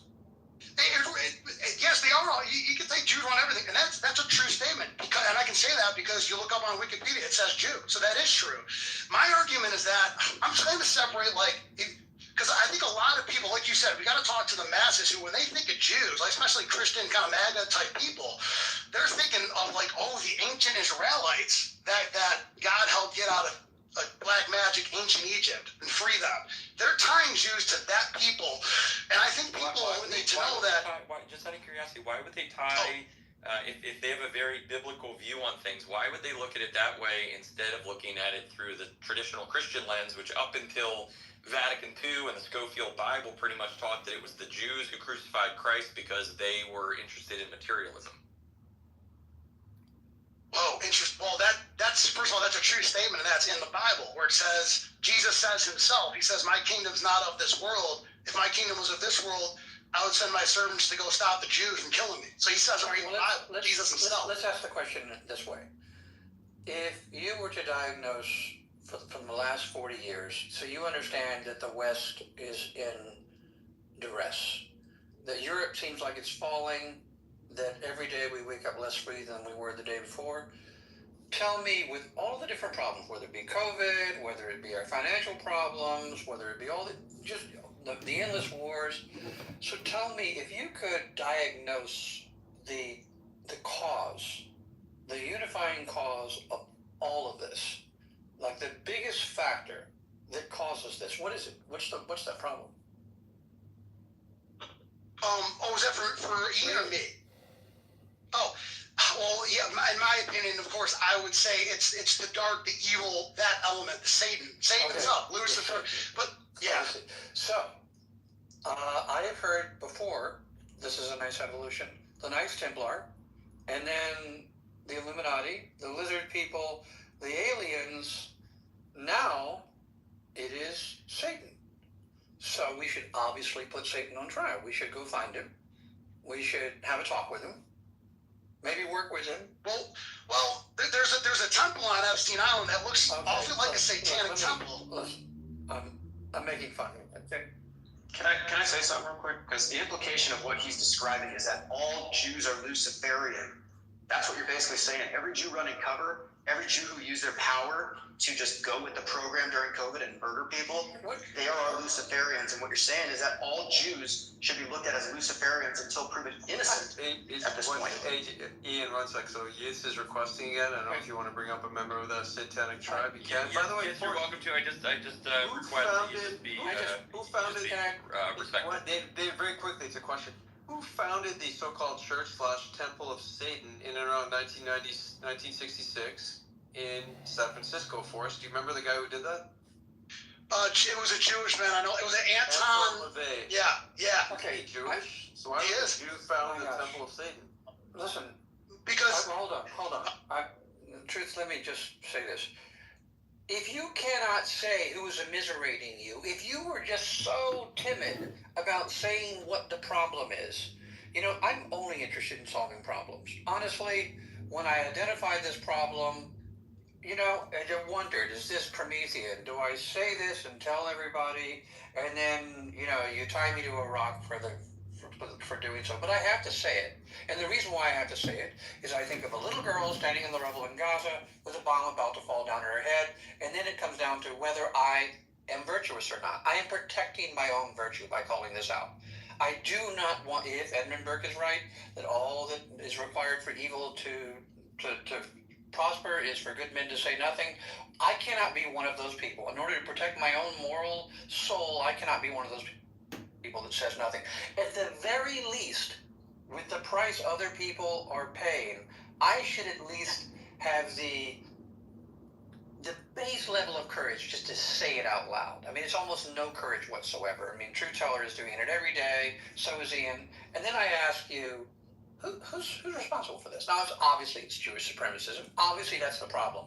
Obviously, these people view themselves, and have for centuries, as a cabal of people that go into every civilization and live as expense, undermine it. They basically have a parasitic relationship with whatever country they're in. No lie is off limits. No murder is off limits. And now we see this. And then I say this. And then I ask you, and you're like, oh, it's the Satanists. It's the Luciferians. You're saying everything that doesn't identify the problem. And you've been talking about science, and my friend, this is just a gentle reminder, you've been talking about science. Well, how does science work? First, you identify the problem, and then you call it out. And then you say, okay, that is descriptive. Before you get prescriptive, you start out as descriptive. So we describe the problem, and then we solve it. But if you won't say it, well, gosh, the problem is Jewish supremacism, and I keep telling you, evil is just the absence of good in the same way as dark is the absence of light. Do you really think every single one of these people has a little, little altar in their house and it's Lucifer and whatever? Would that matter? When Jeffrey Dahmer was chomping down on a human, would you have gone, well, at least he's not a Luciferian? I mean, isn't he just as evil? Don't you understand this? I mean, if I can't get you to call out the problem, then I don't know what hope there is for the rest of the conversation. Yeah, and listen, if you make the statement, Jews run everything, that statement would be technically correct. I'm saying that the biggest cause of the problem that is immiserating Western civilization is Jewish supremacy. I'm inviting our Jewish brothers and sisters that wish to help us solve this problem to come to our side. Just as I would if it was white supremacy for real, I would call that out. Just the same way as I called out the bombing of Hiroshima. I'm sorry, but that was just a crime against humanity. Okay, and we did that. So I'm just identifying the problem and I'm calling it out. Jewish supremacy is the problem that is immiserating Western civilization. It is the genesis. If your knee is hurting and your elbow is hurting and your shoulder is hurting, and then your doctor says, well, this is a systemic problem. You have a lack of magnesium, for instance. But what are we talking about here? So can you not agree that the main cause that connects all these problems is Jewish supremacy? Yes. No, you will have your time. Maria Farmer also describes, I forgot I should have mentioned this, Maria Farmer describes Epstein and Maxwell were Jewish supremacists. And they said the Jews were the chosen DNA. You had Epstein trying to spread his DNA everywhere. And yeah, she says they degraded her, treated her like an animal. So, yeah. Okay. So here's my question to you. What is the main problem that has been immiserating Western civilization that's making it fall in Europe for the most part? What's the main problem? What's the genesis? Well, Jewish DHS Secretary Mayorkas, through the Jewish organization Hayas, who actually was Laura Loomer, Jewish reporter, went down with Michael Yan and reported on Hayas. We haven't heard a lot about that anymore. Okay. But they are responsible. Every time I ask you the question, you give me an example of where someone is Jewish is doing something bad. But I've listed off a whole lot of problems that seemingly are disjointed. The financial, for instance. So what's your policy solution? What's your policy solution? I'm not asking you about I am asking you, what is the genesis? What is the common denominator of, for instance, the mass immigration, for instance, child grooming in schools and basically conversion therapy in the wrong direction to try to make the kids gay? And then also endless wars, and then also demonizing white people. What is the common denominator of all these things that's causing Western civilization such immiseration? I can answer this question. Well, hold on. No, you don't need to. Go ahead, my friend. Answer that question. Yeah, Judaism, because it says they're Jews on Wikipedia. So yeah. So is it Judaism or is it Jewish supremacy? Both. For what it's worth, it's not Jewish supremacy or Jews because it says so on Wikipedia. It says that these people are Jews on Wikipedia because that is the truth. And I really want us to stick with this reality, right? Because when you shrug it off to prospectively, that's what it says on Wikipedia. Well, Wikipedia could say something tomorrow, but the reality is that right now Wikipedia is telling us those things based on fact. Those are reality, and these are individuals that at the top of almost all these power structures, like David's suggesting, they are Jewish. They might be Luciferian for what it's worth, and I'm not suggesting that all Jews are anything. I'm not suggesting they're all working collectively together for Luciferian purposes. But the people that are at the top that you are defining as Luciferian are Jewish. Maybe. Okay, so Forrest, you've asked this question a few times. What policy change should be enforced, carried out to solve this problem? Well, use a little bit of common sense. If now we've been able to identify who these individuals are and that they control some of the top positions when it comes to, well, at the very least, financing and enabling these politicians and controlling these politicians to pass certain laws favorable to them, controlling the financial system, the media, perhaps they shouldn't be in positions of power at all. So they need to be removed from positions of power. So how do you get there in terms of, say, a pathway? Well, I obviously advocate for the BDS movement to boycott all of their businesses, but it also entails personal accountability by everybody, which is that they have to take much better care of their health, so this way they can be in a position, to get rid of all these bad habits, because one day when the Jews are gone, these bad habits unfortunately still persist. So what would that entail? Well, I have the triple F method, to not be a faggot, not be a fat fuck, and of course, fast every day, eat far less food, because, well, how do the Jews primarily benefit and generate all their income is through all their crappy businesses that are part of the boycott list. They have a lot of fast food companies and donut companies like Dunkin' Donuts, Krispy Kreme, McDonald's, Burger King, KFC, etc. You boycott all those businesses. You also boycott, of course, their source of propaganda, which is the likes of Netflix, mainstream media, cable news, of course, sports, entertainment, which are just big wastes of time because, well, it dumbs down the population, doesn't it? And, well, eating 3 meals a day is a bunch of crap. Through fasting, you'll eat maybe 1 or 2 meals a day, and, of course, to delay the gratification of eating a proper meal, you should be preparing for yourself and perhaps learn a little bit about how to live off the grid. Learn basic things like how to make a fire or how to, build a battery set, which just actually isn't that hard. There's books on it. But that aside, these are actually practical steps everybody can do to, of course, optimize their health, boycott all the Israeli-linked businesses that I've just mentioned in things like the food industry, big pharma industry, financial industry, learn financial literacy as well, become financially literate, so this way you can minimize your debt and take control of your own finances and also not be so dependent on the systems they have in place. And of course, learn about decentralized finance as well. Bitcoin specifically, not all those shitty meme coins, NFTs, of course, all that aside. But with Bitcoin specifically, so this way you can bypass the big banks the same way John McAfee was talking about how he was doing it. So this way you can say, do your own loans or provide payments to whoever it is you need to deal with for your business or to your family members, etc. So this way you can figure out how to just bypass the big banks that are mainly run by Jews altogether. So these are actual practical steps to bypass Jewish supremacy, if that's what you would call it, or Judaism, which actually in its 198 mitzvah commands all Jews to charge usurious rates. This is how you bypass the banks, and that's the main tool that they use to be able to generate all the wealth that they have, which they then use towards their evil and vile policies that they have in place. Does that make sense to you? 100%. I agree with all that. And I would add, we should ban lobbying from billionaire Jewish donors, like George Soros. I believe every citizen. You're putting the. It wouldn't even be allowed. You're putting the cart before. None of that's going to happen with the current system in place. That's just wishful thinking and cope. We should do this. We should do that. We should repeal the Federal Reserve. None of that's going to happen because nobody's in a position or has the agency to do stuff like that. The only way you regain agency is for, first of all, people to realize, well, they have agency on how they spend their money.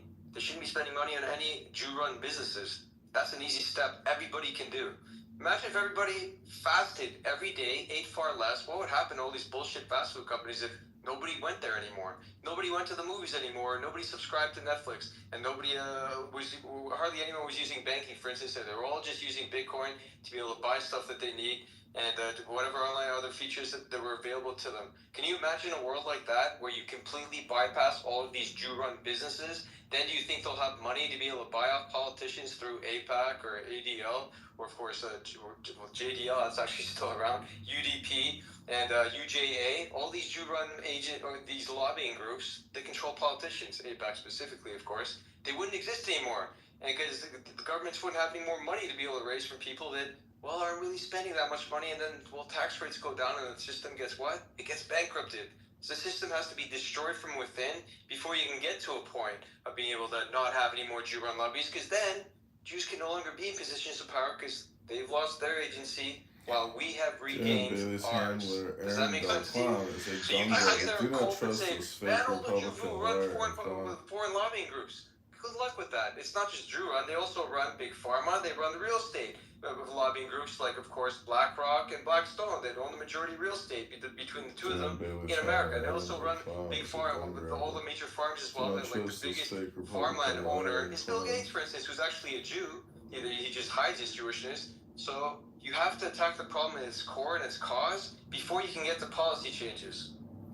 I think everything you just said was brilliant, and I agree with it. And you've actually just convinced me. I kind of forgot. I'm like, unless we do like an MLK huge march, we all unite. Do you know why you forgot? It's because none of these shit-talking, spineless, cowardice, other influencers who have major platforms will ever talk about this. They'll just talk about the symptoms of the problem, never the cause, and how to solve it. Because they're here to just waste people's time. So these are practical measures everybody can do, but unfortunately most people are lazy and stuck in bad habits. And suckers out there will still go and get a 6th booster shot because their doctor told them to, because they want to outsource their critical thinking and common sense to a third-party authority, who are not really an authority, but so-called subject matter expert, rather than learn a little for themselves. But you know what that takes? It requires time and effort to be able to learn about things like finance and accounting and, common health and biology stuff. And that's too hard. I need to go and consult a so-called expert to tell me what to think and what to do. Rather than use a little common sense that vaccines are actually poison and don't even give you immunity in the first place and cause a whole lot more problems than any good they claim. And look, I would take this logic a step further, because in many professions in the United States, you must pass an ethical clearance. This is when you deal with people's money. This is when you deal with elderly. This is when you deal with insurance. There's many ways in which you need an ethical clearance. These people have ethically abused their power. They do not deserve another chance to participate in these industries, and they need to be stripped of their positions and barred. I don't give a fuck. Let them leave with their money like Hitler did. But they do not get to stay in power. We don't get to say, hey there, maybe you go be a little lowling on the other side where you're not powerful right now. It's not how it's going to work. They've abused every single pillar that they have commandeered, and that's evident from COVID. And that is why I was saying, unless they're insinuating that every single Jew is a Luciferian, which may be on the table as an idea, which I don't think you're ready to defend that, that's what you're saying.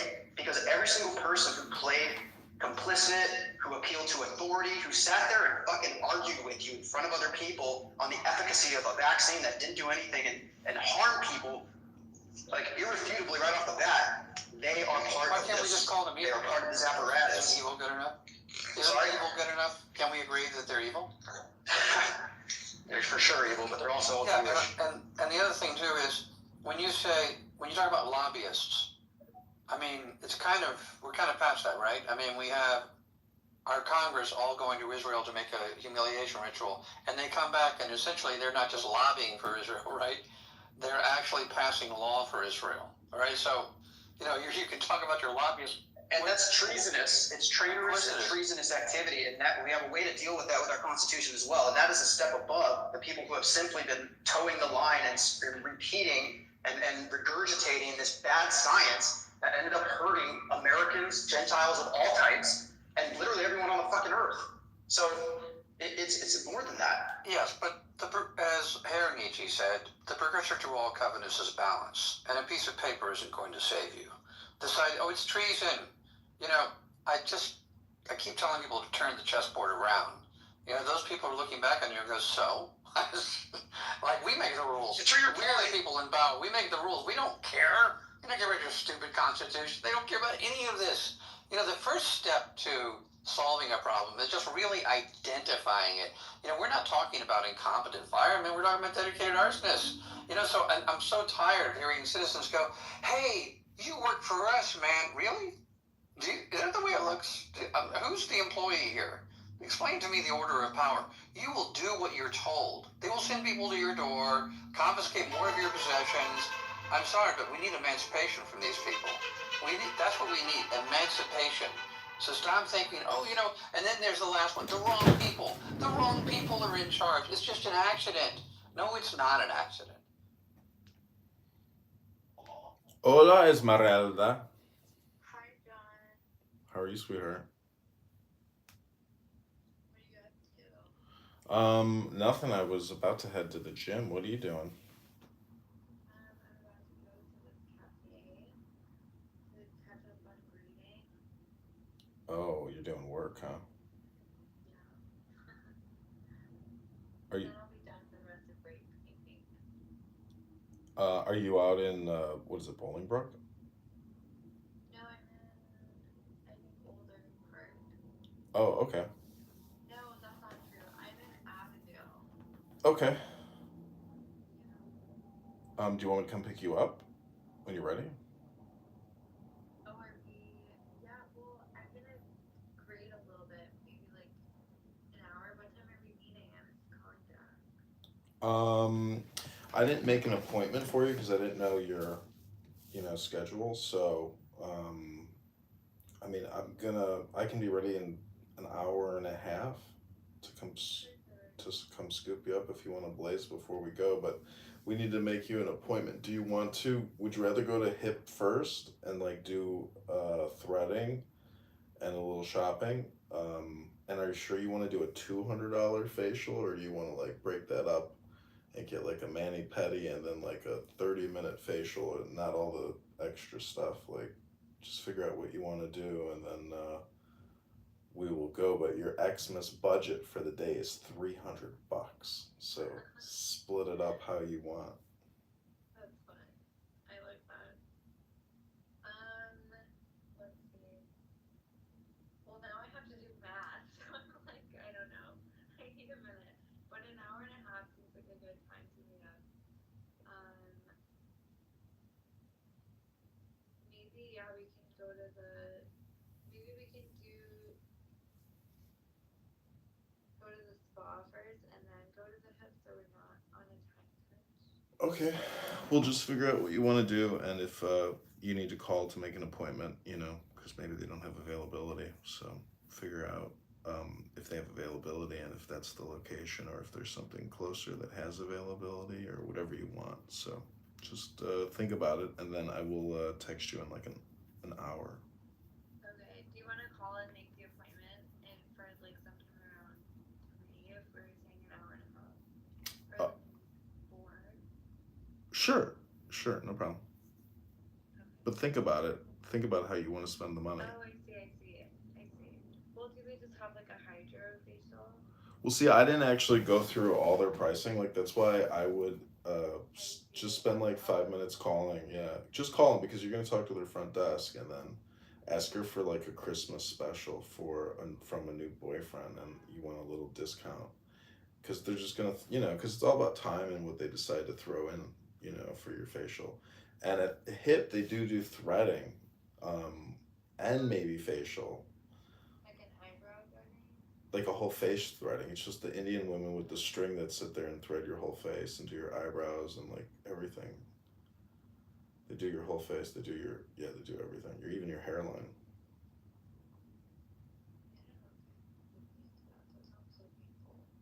No, that's the thing, is threading isn't painful. It like cuts it like a scissor. Have you gotten threading? No, it's just my theory. It's not, yeah, it plucks it out, it pulls it out, it's incredibly painful. Oh, I thought maybe it was like Cut it like a scissor, that's microblading. You're right. That's so funny that you think that. Alright, well, meditate on this. I'm gonna get going. Pray on it. Okay, figure out what you want to do, and set yourself up, and I'll come scoop you up in like an hour and a half. Okay, sounds good. Okay, see you soon. Bye. Okay, bye.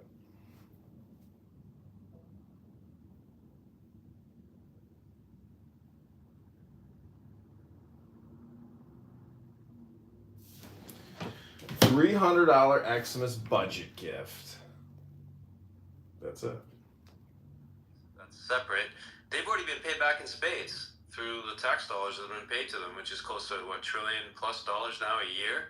They take a 6% cut from the dividend which they pay themselves, and the rest they endorse over the IMF or World Bank. Well, since in and around World War II, which they make additional interest on. So that's just how much they've been paid back through compounded interest, by the way, on just what's been again accumulated. So that balance that continues to grow, which interest payments are made on, that's interest on top of interest that's being paid back to them as, again, the debt continues to grow. And then what's being paid back, they're already so freaking rich. Because remember, whenever this cash that they end up lending out through the World Bank and IMF, that's as a result of invasions or regime changes they've caused around the world, where they swoop in, steal the assets of the country like they do in places like Ukraine, or for instance in Syria right now, where they steal the wheat and the oil, and they love stealing gold as well. I mean, they literally got Milei, who you mentioned earlier, to just give up the gold of Argentina. It's another reason why Russia's a big target, because they want to steal its gold as well. So they have real assets. They hoard the real assets like gold or silver, commonly traded commodities, oil as well, which they like to control, plus the trade routes in exchange for their funny fiat currency, which is completely devalued and worthless. And they know it's worthless because their intention is to bankrupt this currency. So that debt that David mentions, to bring it back full circle, is meaningless and worthless, because the whole objective was never to get that debt paid back or even paid down. It was just to collect interest payments and render the country into debt servitude, so that every single individual is supposedly responsible for this debt and having to pay the slave tax through income tax, which is illegal, by the way, and against the Constitution, because the Income Tax Act, Amendment 16, was never properly ratified, and an educated accountant and tax lawyer can explain that to you in detail. I've written posts about it.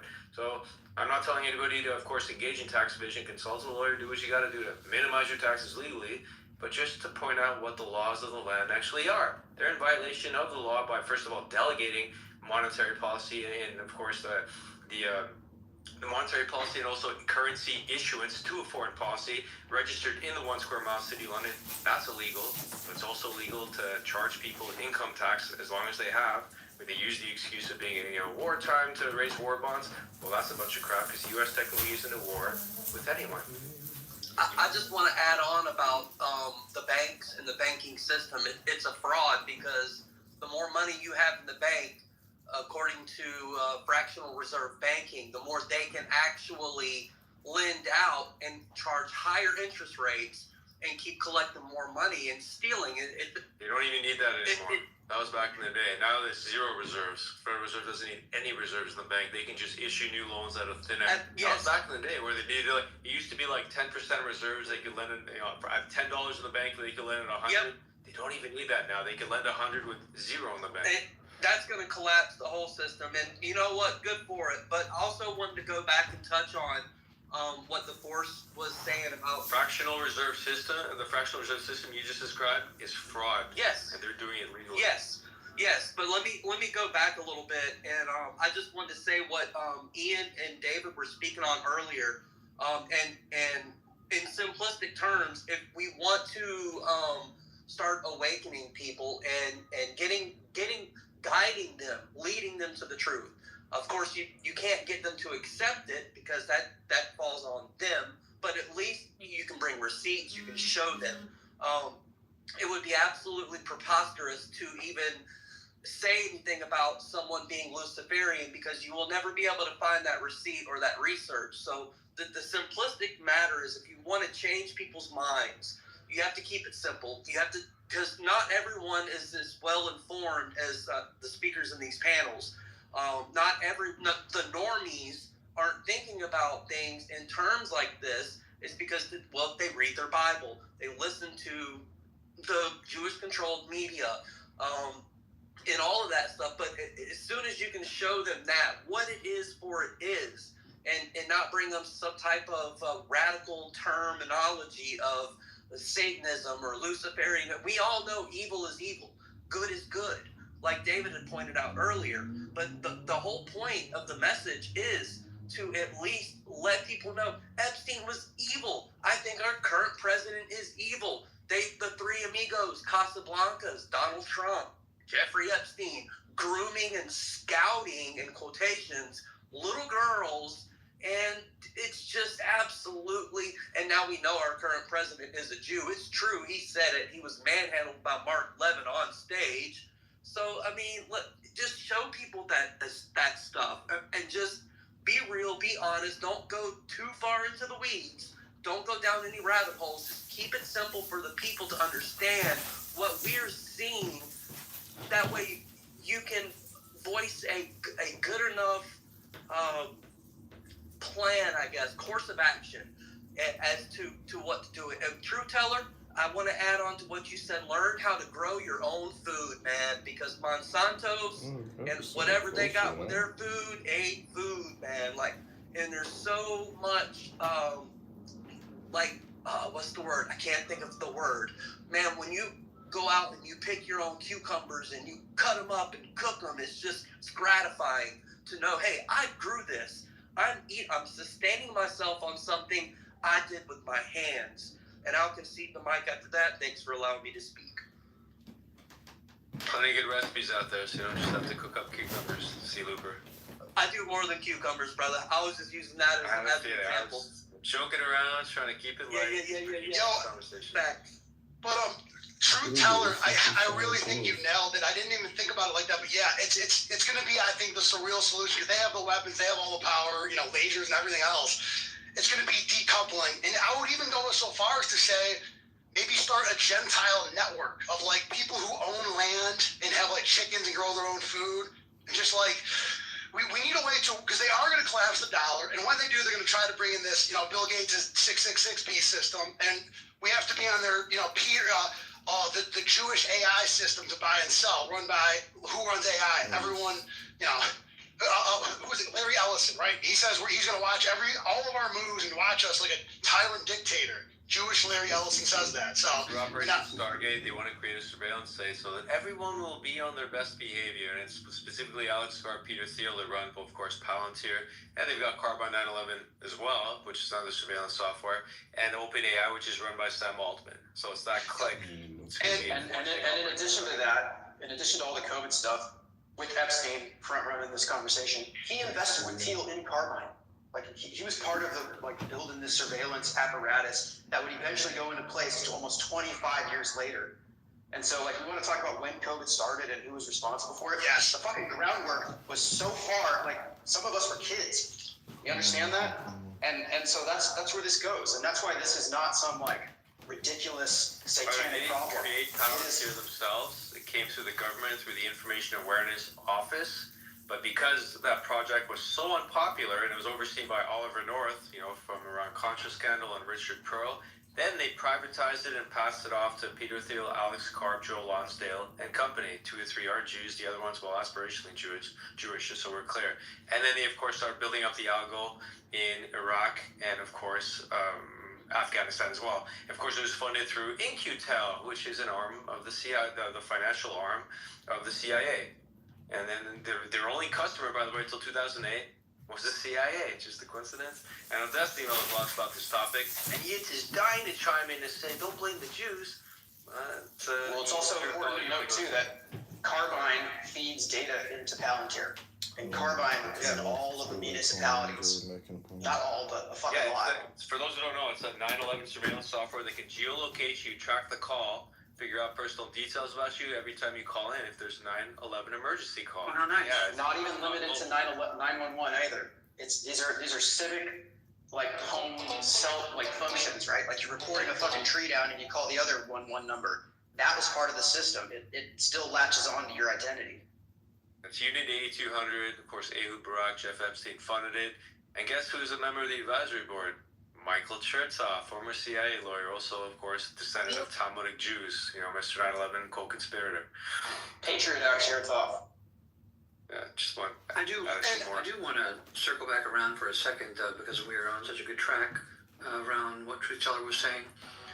Given that we're right here around Christmas, the last part of that, yes, autonomy, as someone who has lived in 3 different mountain ranges and was really into wilderness survival as a very young person. My first foray into the mountains was as a teenager, and I lived there for a while, and I was pretty self-sufficient. And you come back and you realize how little you need. And it never leaves you, by the way. That never leaves you, is the awareness of how little you actually need. But pinned in my profile is, he who rules himself cannot be ruled by others. So the last leg of our emancipation is goodness. How do you fight evil? Become a better person. Don't become the monster that you're chasing. Don't finally vanquish your foe on the battlefield and then look in the mirror and see him again. Instead, work on your own personal virtue, your own morals. Really, what virtue really is self-dominion. Dominion over your own soul. You get to know your soul. You're not exiled unto yourself. You improve your kindness and your solicitude for other humans. You think about your morals. That's how you evolve. That's why we're better people as we get older, hopefully. C.S. Lewis was right in this way. We get a little more or less moral over time, gradually. And so that would say, piggybacking on what True Teller said, I would add that the other way that we win, because we're not talking about moral people. We're talking about people that are intentionally evil, that are bad. And they believe, as all sociopaths do, that that's their strength. Ted Bundy said that he felt sorry for people who had a conscience. I mean, think about that. He's sitting in prison about to get fried, and he's not connecting the dots here that his lack of moral control, of dominion over his own soul, is what led to his own demise. Every immoral person is a house divided unto themselves. Don't be that person. Be better, be kinder. You're going to be long-suffering. Yes, you're going to get the short end of the stick, but you'll be happier in the long run. Hey, great stuff. And I just want to say, like the work Ian is doing, Truth Teller, a lot of you guys here, yells, spreading the word about the Jewish question, the Jewish problem. Yeah, listen, the president of Mexico is Jewish, and she's protecting Israel, run cartels that are destroying the population and terrorizing them. You got the Jewish president of Argentina just bankrupted them, and then our Jewish president, Trump, just bailed them out. So just a quick little question for us. So on your page, and I think AG presented this, so you follow one account, which is self-proclaimed as being based out of Israel. It's actually out of the United States if you click on their bio. But the reason that I bring it up is because you're bringing up Milei, who has said that he is of Jewish descent. And that page that you follow suggested that Milei is the Nazi. Guy. And so I'm curious why you follow that handle, and if they're kind of ignorant, perhaps in their use there of Nazi, or if that's somehow sarcasm.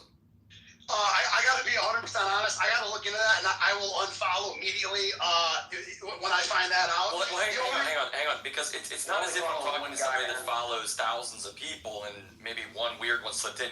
You follow one account on the entire application, so I'm kind of curious why it is that person that you follow might misrepresent what it means to be a Nazi, or might misrepresent Milei, who again is Jewish.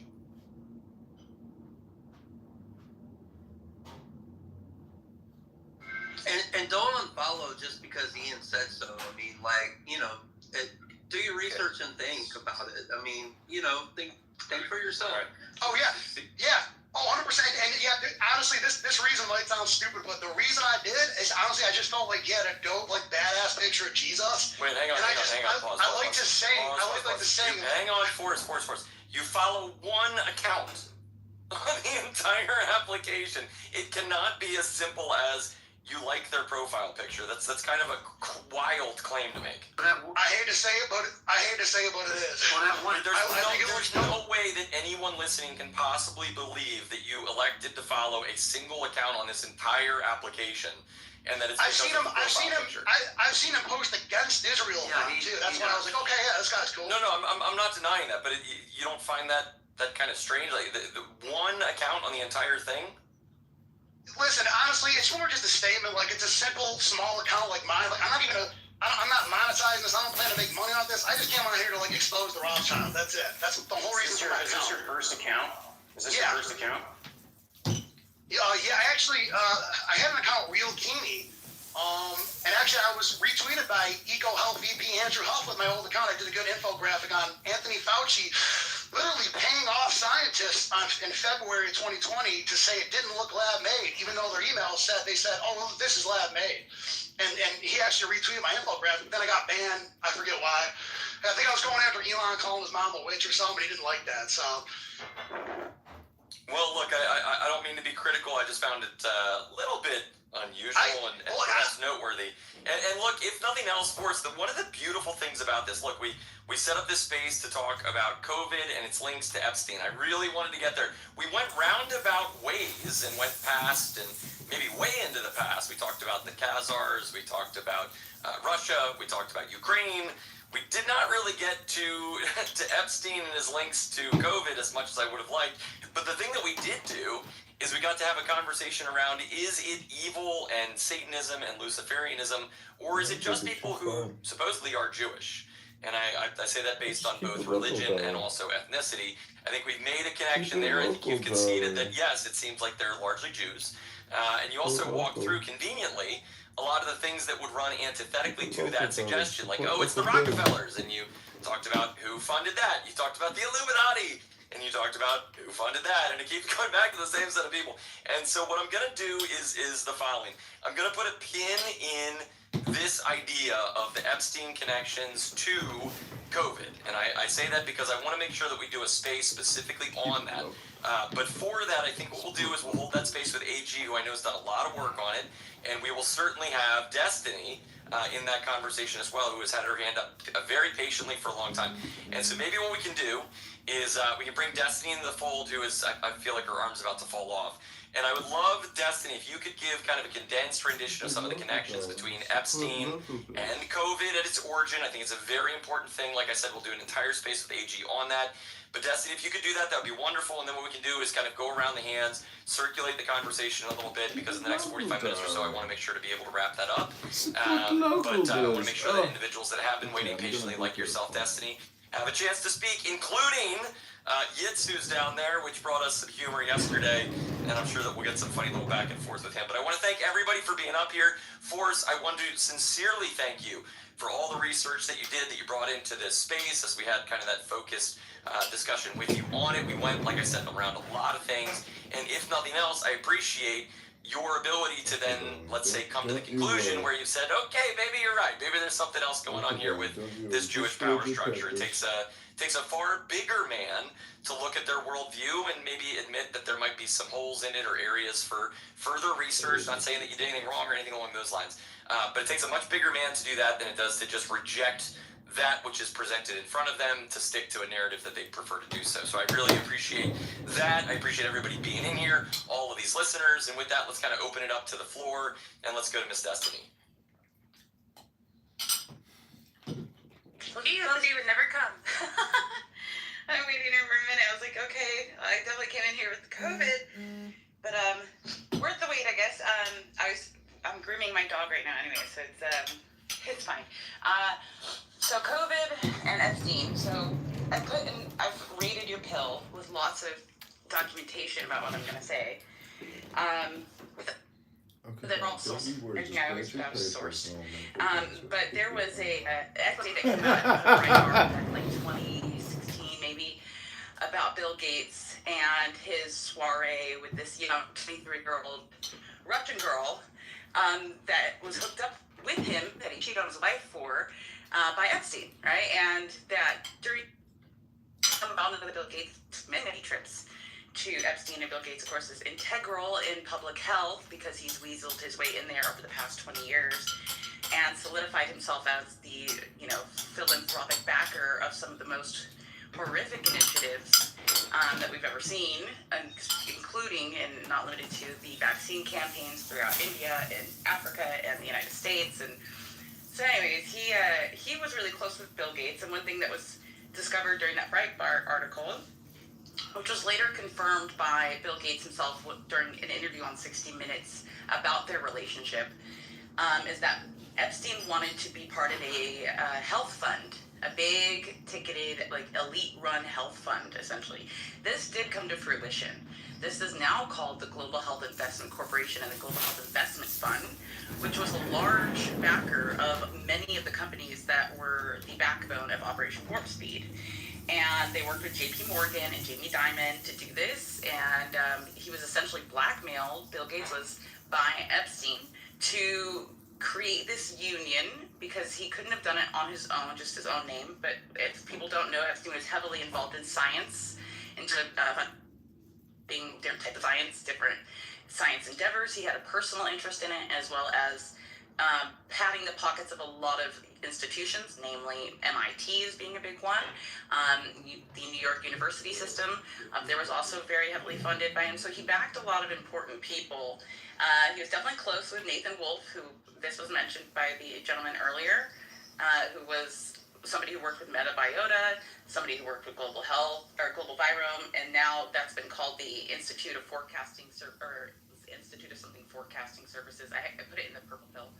It's changed names a couple times. There's pictures with Ghislaine and Nathan. You can see those in the purple pill. I also included the emails that came out on the November 11th release that had emails between Boris Nikolic and Jeffrey Epstein, where he introduces Nathan Wolfe to Boris Nikolic and says he's a lot of fun. I think you'll like him.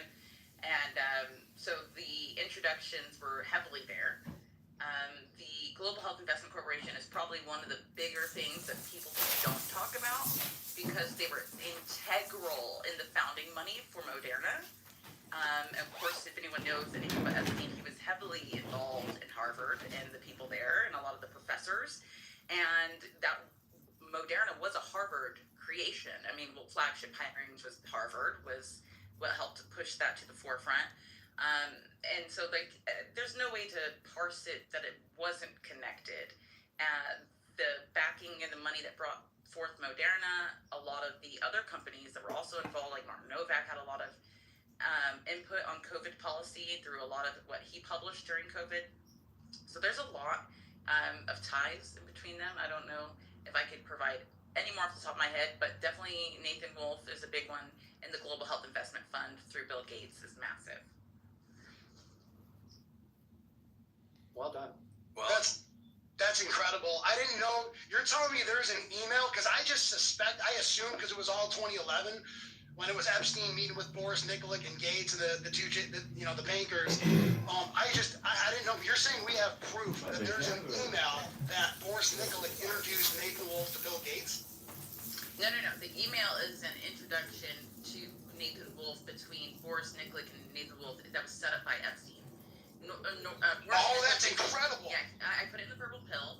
It's dated in 2010. I'm looking at it right now. So it says, let's see, January 20th, 2010, 5:34 in the morning. Talking about how he's great fun. He said, let's meet this guy, tell him we're friends. If you need a laugh, he's really good at that. And so he's like, so who is this Nathan guy? And he said, Nathan Wolfe, I trust your judgment. He must be fun. He said, oh yeah, he was a blast. And so that's all happening. What the? Yeah.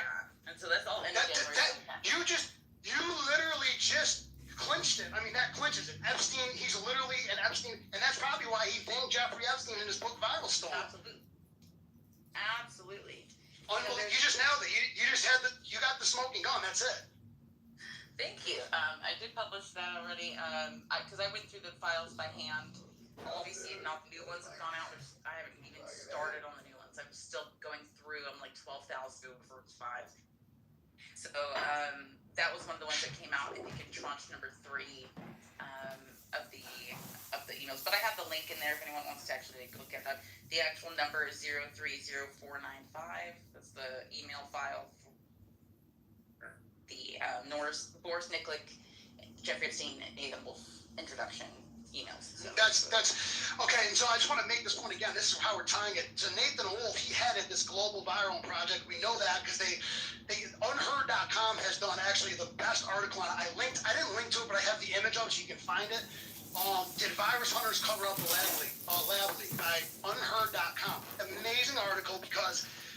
So Peter Daszak in 2018 said, hey, we want to create this virus that's exactly SARS-CoV-2. We want to put a fear and cleavage site onto a wild back coronavirus so it can infect humans. DARPA publicly says no, but in that unheard.com article, it says Xi Zhang Li, who's Nathan Wolfe's girl, right, from 2013, she goes ahead and continues it with, and they say all over those documents that Judicial Watch got, those FOIA state cables from 2018, yeah, it's a global viral project, China, it's all about them. And it was a joint operation, in my opinion, because they needed to stop the Hong Kong protests and stuff, too. We needed to print trillions. They needed to stop the Hong Kong protests.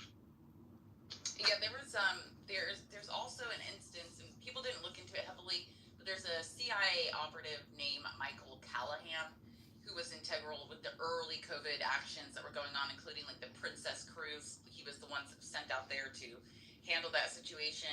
He works for DARPA. He's a University of Alabama, Birmingham graduate, and he worked on molnupiravir and remdesivir. He also had his own laboratory in China, and he did a lot of work in Southeastern Asia collecting coronavirus bat samples and such. And that guy, and I'd have to, like, it's on my other computer, but that guy was involved in some really sketchy things with young Asian girls that he was encountering while he was out in these lab experiments.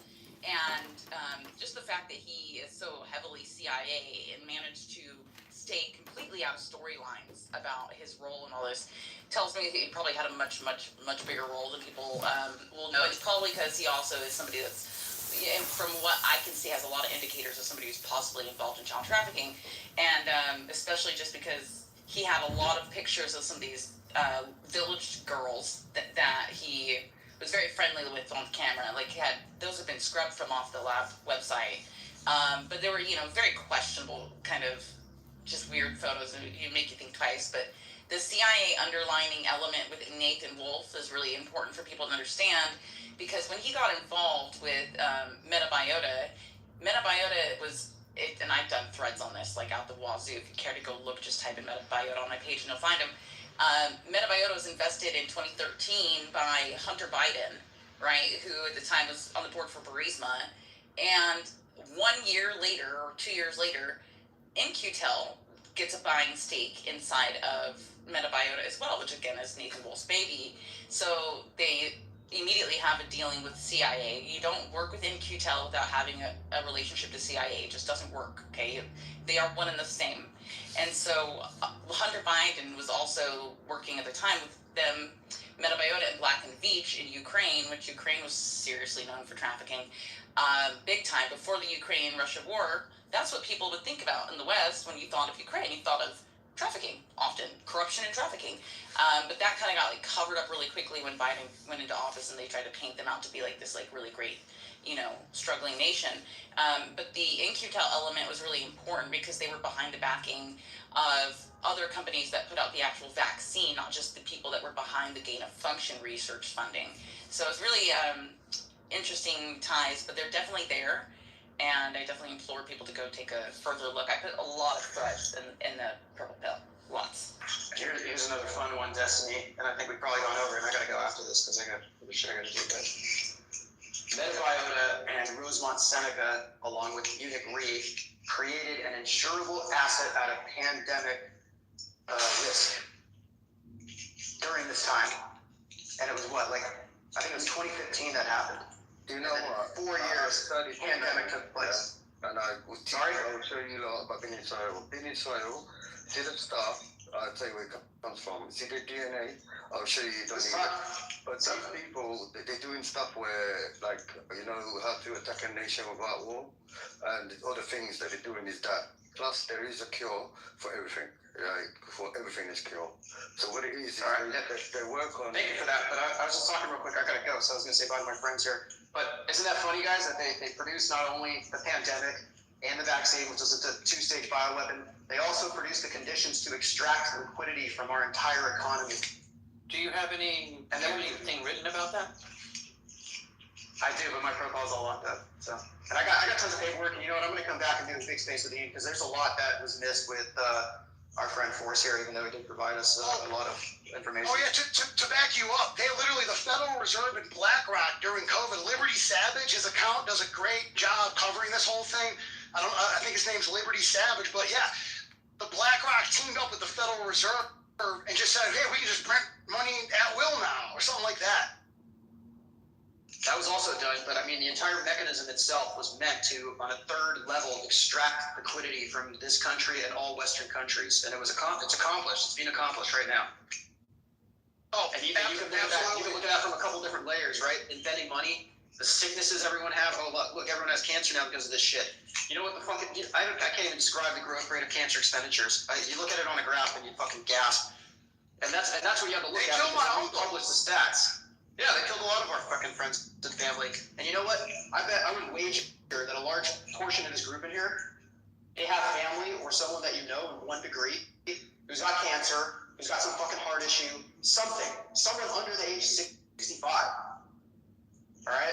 So this is ongoing. It's still burning, and understanding all the ways in which this has hurt us is paramount. I mean, I don't even know if it's going to be accomplished here, but it's more than just the bioweapons. It is the liquidity extraction from the West. And remember that when it was happening and they were doing all of that damage, we ironically called the control group because we couldn't be controlled. They were wishing us to die. And they were hoping that we wouldn't be allowed to go to the hospital. I mean, it doesn't get more evil than that. Yeah, just to play into it. So, AG, one other thing that I'll throw into the mix for that space that we'll do, and we'll unpack not only the connections to Epstein, but also what you're talking about on the liquidity side, the financials. I also find it really curious that this all also coincided with the FTX and Celsius debacle.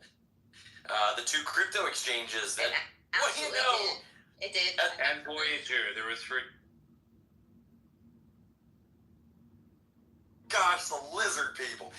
So they look up Maria Farmer's painting called the Set Tiles. Think about the Temple of Set, Michael Aquino, raping kids and stuff. And if you look at her painting, they all look like lizards almost, and it's called the Set Tiles. I don't know why she called it that, but I'm thinking it's maybe like Temple of Set combined with reptiles. I don't know. But if Peter Thiel, I guess his name is an anagram of the reptile, whatever that means, I don't know. So Peter Thiel connected to all these folks, who's also, of course, a homosexual and all these other things, and a lot of people will point to him and they'll say that he's not Jewish. That is the claim that's made. Epstein, Ehud Barak, Alex Carpin Palantir. I mean, or even J.D. Vance, who largely was funded by Thiel, not only politically but also commercially. And so this little clique, right? The fingerprints of all of it. It's wild to see that it navigates its way across the pharmaceuticals, across perhaps not just the media, but also the politicians and every entity that's pushing this absurd thing. Which, I think Destiny was drawing some really interesting connections, as did you, Force, to Ukraine and Brisbane. What's going on over there, and why is Hunter Biden tied into that, and why is Hunter Biden and all of his siblings married to Jews, and on we go, and so it just comes back full circle. In the interest of time, so 2 things. Oh, go for it, Tristan. 2 very quick points before we move past Peter Thiel, and they'll claim he's not, but pursues the studies of it and then shares his knowledge with his followers. In addition to that, when asked about what he thought about his AI technology Palantir being used in Palestine to wipe out women and children at an optimal rate, he says, well, I defer.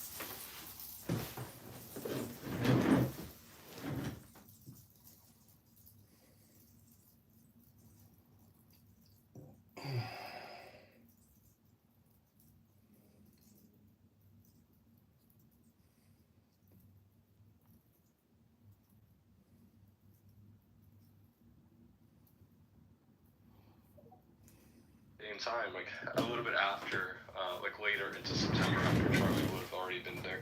Anyway, what it really, I think it shows is that like how haphazardly and quickly Charlie's event was scheduled. Like it typically would take a lot longer, and yeah, that event was just like planned and in situ within a very short period of time, which leads people to question like, what was the rush? See what Ben Shapiro's got for us. However, when President Trump speaks for the American people more generally, and he says, guys, don't we have better things to do? You can understand his irritation. The man is trying to negotiate an end to a war in the Gaza Strip. He's trying to negotiate an end to a war in Ukraine. He's attempting to revivify the American economy. He's attempting to crack down on illegal immigration. On a list of American priorities by the polls, the Epstein-Maxwell case comes in pretty close to zero, just on a list of priorities. This opinion, I've heard him give this take before too. It's like, what are you guys even talking about? It doesn't matter. We're like trying to end all these wars. We're like negotiating for Gaza and stuff. We heard Sarah just read a new proposal they have for Gaza, which is to turn it into an AI smart city. It's like proposal number 6 that they have. You know, yeah, they're busy doing something. I don't think that should allow them to abscond from the truth of you know, who Trump really is and who the people are around him. And you know what? In fact, we should ask even more questions about that. Maybe they should stop doing all this shit overseas and clean house here first. Maybe there'd be a lot less questions about it. All right, I played for you guys the Sean Ryan, Hunter Biden episode where even Hunter, you know, is getting his shots in at Trump's relationship with Epstein, which everybody knew about. It's so stupid to try to convince the entire nation that that never happened or that was a thing. Let's see, new post from Candace. Let's see what she says. Candace says, Fort Huachuca confirmed. If you guys don't know what Fort Huachuca is, it is a military intelligence training center on the border of Arizona and Mexico, a little southeast of Tucson. She says, Fort Huachuca confirmed. Find your favorite podcaster who joined the psychological operation to convince you Mitch was lying about having been at Fort Huachuca on 9/9 because I have just received the incident report. Remember, so if you guys, just this last week, there's a guy named Mitch. He alleges to have seen Brian Harpole and some others, including a U.S. Congressman, perhaps even Erica Kirk herself, at Fort Huachuca very shortly, if not the day prior to Charlie being assassinated. Now, take that with a grain of salt, right? I'm not trying to convince you that that is the truth, but it appears she has gotten more information to validate what he has been telling us. Most people don't buy the story at all right? I'll just be totally transparent with you guys. Like, most people are saying it's just a stupid story, makes no sense, that's not how anything works, and this guy is not being forthcoming. Here's the rest of her post. Remember, Mitch said that he was first taken outside by Captain Neff and questioned for a long time. After a long time, so here's why the Captain Neff thing came into play, because there's a guy on the TPUSA team, especially the ones that are doing the show, named Blake Neff. All right, so the guy Mitch was interviewed by Captain Neff. And so this is where that intrigue comes in. Is Captain Neff related to Blake Neff of TPUSA? So Mitch said he was first taken outside by Captain Neff and questioned for a long time. After a long while, they made a decision to call the military police and report him as a possible bomb threat. As Mitch maintained, at that stage, there is, of course, a paper trail, and here we have it. Bomb dogs were called in at 11:17 a.m. I always believed Mitch's story of what happened on that morning because he supplied overwhelming evidence and metadata and timestamps. Now we have the incident report. What we cannot confirm as of yet is his memory of who he is convinced he saw coming out of that early morning meeting. We continue to focus our investigation on those points and remain open to the possibility that the people he believed he saw may have been misidentified.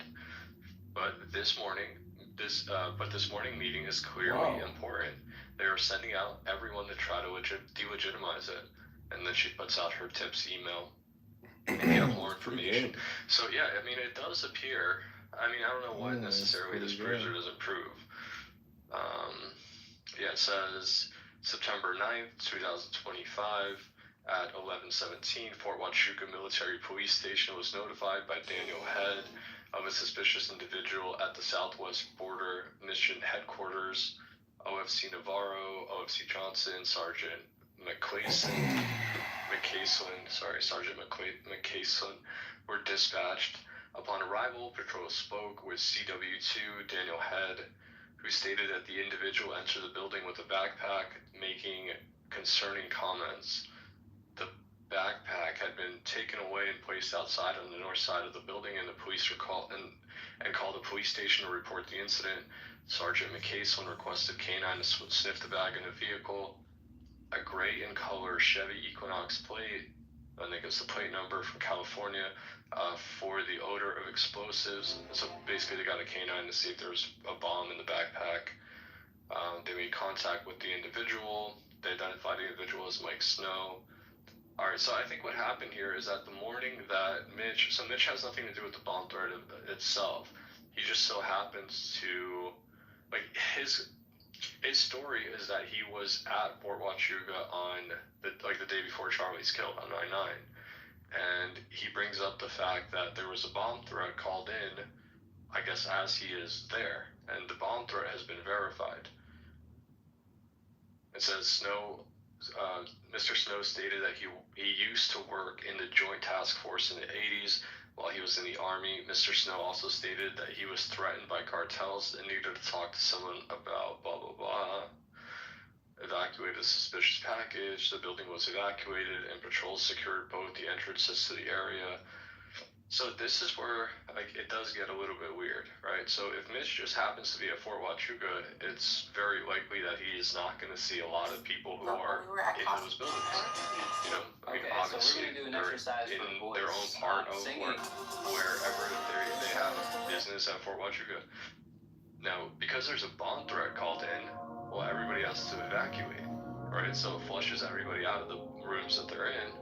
And potentially, this is where he believes he made a positive identification of these people, of Brian Harpole, potentially of Erica Kirk, and so on. And I'll play for you guys a little bit, because it just sounds so crazy.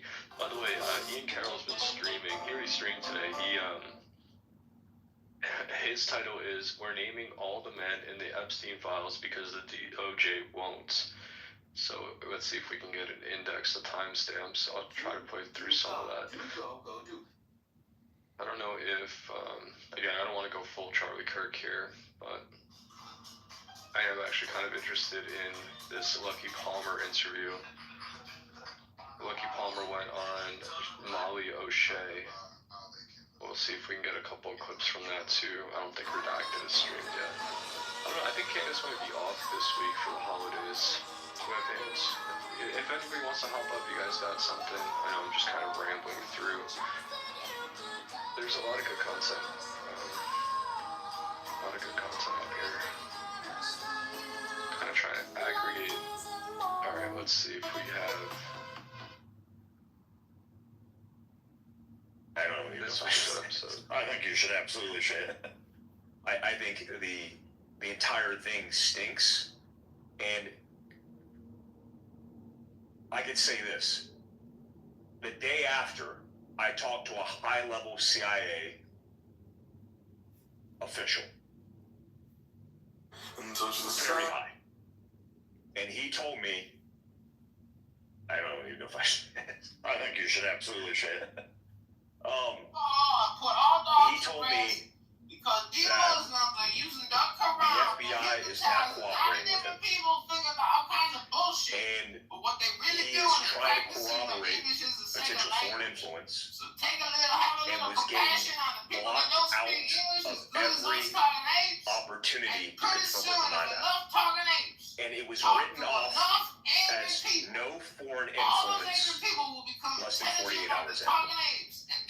And this guy has access to the President of the United States. And so, for that to be said from the guy, and asking me if I had anybody that I knew on the inside to be able to get information because he wasn't allowed to access it. I'm like, why are you calling me? He tells me everything that I need to know. This is actually a great interview. So this is on the Mic Drop podcast. The man who's here speaking is retired Green Beret Mike Cooper. And it just adds police fire of doubt. What's going on? Of intrigue. I mean, we're not dealing with just influencers on X. There are people with access, with clearances, who work in the government. I don't know if this man works in a law enforcement capacity or investigate. I'm not sure, but everybody's asking. Here, I'll play a little bit of the Mitch thing here in a second. I'm about to give my mom. You are the shadow. If they never are all of our lives a bit like the Truman Show? Do we have essentially a cast of characters who are performing and pretending, and this is what kind of made everybody go crazy after the Turning Point USA event where Tucker asked the question, where does this guy's money come from? I mean, obviously Barry Weiss is one of these actors. This is clearly an act. You obviously are not intelligent. You obviously are not some journalist that worked their way up and broke some important stories. You are obviously an intelligence op, and not so intelligent op. Like, are we living in the Truman Show? We all going to work thinking that we can climb the ladder. In reality, these people are just selected and given certain. There were supposed to be certain characters. You're supposed to pretend like you're a head of a tech company, and you're supposed to be super weird and quirky. I'm going to cast you into that role. And we're going to call you a genius, and you're supposed to pretend that you're this super financial guru like a Jeffrey Epstein. We're going to put you head of a finance company. You have no background in this. That's kind of the theme that I'm seeing. Anyways, I don't want to waste too much more time because I do want to bring on Mitch, who apparently has what I would describe as, I don't know if it's the best or the worst luck ever in life, stumbling upon the feds when they're maybe up to no good. Mitch, welcome to my podcast. It's so great to have you here. Absolutely cool being here, Candace. How are you doing? I'm doing very well. I obviously, you know the story of how I instantly got the email from one of your friends that just said, you should call Mitch after I prayed and said, I'm missing a piece of this. Please, God, give me a piece of the story. And the first email I see when I get back from church on a day of holy obligation is this email. And so, Mitch, my audience is up to date on what happened to you when you were 20 years old. And I'm wondering if you could just sort of briefly recap in case I got some things wrong. Oh, wow. Briefly recap 35 years, sure. Yeah, we were part of a mission going down to the border with JTF 6, assigned from 10th Mountain. Previously, there had been a Marine Corps unit there. Apparently, they had an incident. We had to replace them. I'll skip this part. He just gives his backstory of what he was doing. You guys can listen to it. I mean, he's not like, I don't think this part really matters that much. I'll just play the part where he talks about like who he saw. What's interesting I've noticed, by the way, is on certain videos, they did this to one of Nate's videos from last week, one of his longer streams. Most of the time, you can get, like, it is a new feature, but it uses Gemini to make a summary of the episode of whatever the YouTube video is, so you can timestamp what they talked about. Like, you kind of get a summary generated beyond just like the chapter bookmarks that they usually put in the description. But for some reason, like this episode, all of Candace's other episodes, like you can use this feature, and that's what I kind of used to figure out like what time something was set at. For some reason, this episode you can't. I don't know if that I don't know what that means. All right, but for the most part, every other episode you can. So I don't know, right? Like this guy has been causing a lot of people don't really know what to do with it. On the face of it, it's this kind of dopey looking, no offense to him, but he just looks like a totally regular dude. Glasses, older gentleman, but he is allegedly some intelligence guy. You know, and he was working with law enforcement, but again, in operations against the cartel. How much do you trust anybody coming out of the intelligence world right now? I mean, for me, it's like a zero. And in fact, like, his claim is that there was this bomb threat led people to be like evacuated out of the buildings. So he was able to see a bunch of faces that he would have normally not seen on a regular day when there is no bomb threat.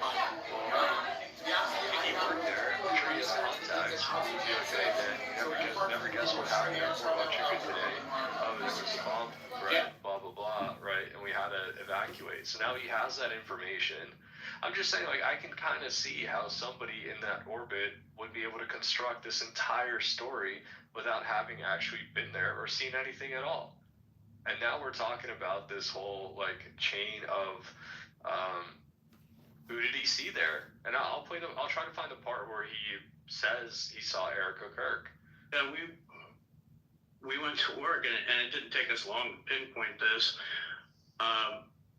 So when they recovered that data and they recovered the photos, obviously they had some of the top names of who was helping out on the U.S. side to help. He's still talking about his thing. Let me skip forward a little bit. Expires, right? This gag order expires, and you say to yourself, I am going to go down to that base where I was trained. I'm going to go down to Fort Huachuca, book myself into a hotel. I'm going to go to the criminal division, investigative division. I'm going to get that original paperwork and get some answers to why I feel that my life has been effectively ruined for me having done what I was ordered to do by the government. So you get to the base, and I want you to address this because there were so many people who were like, there's no way you could have gotten onto the base. Obviously, you sent me your military cards, and I think we can show a picture of that. You get onto the base, and I want you to walk us through what time.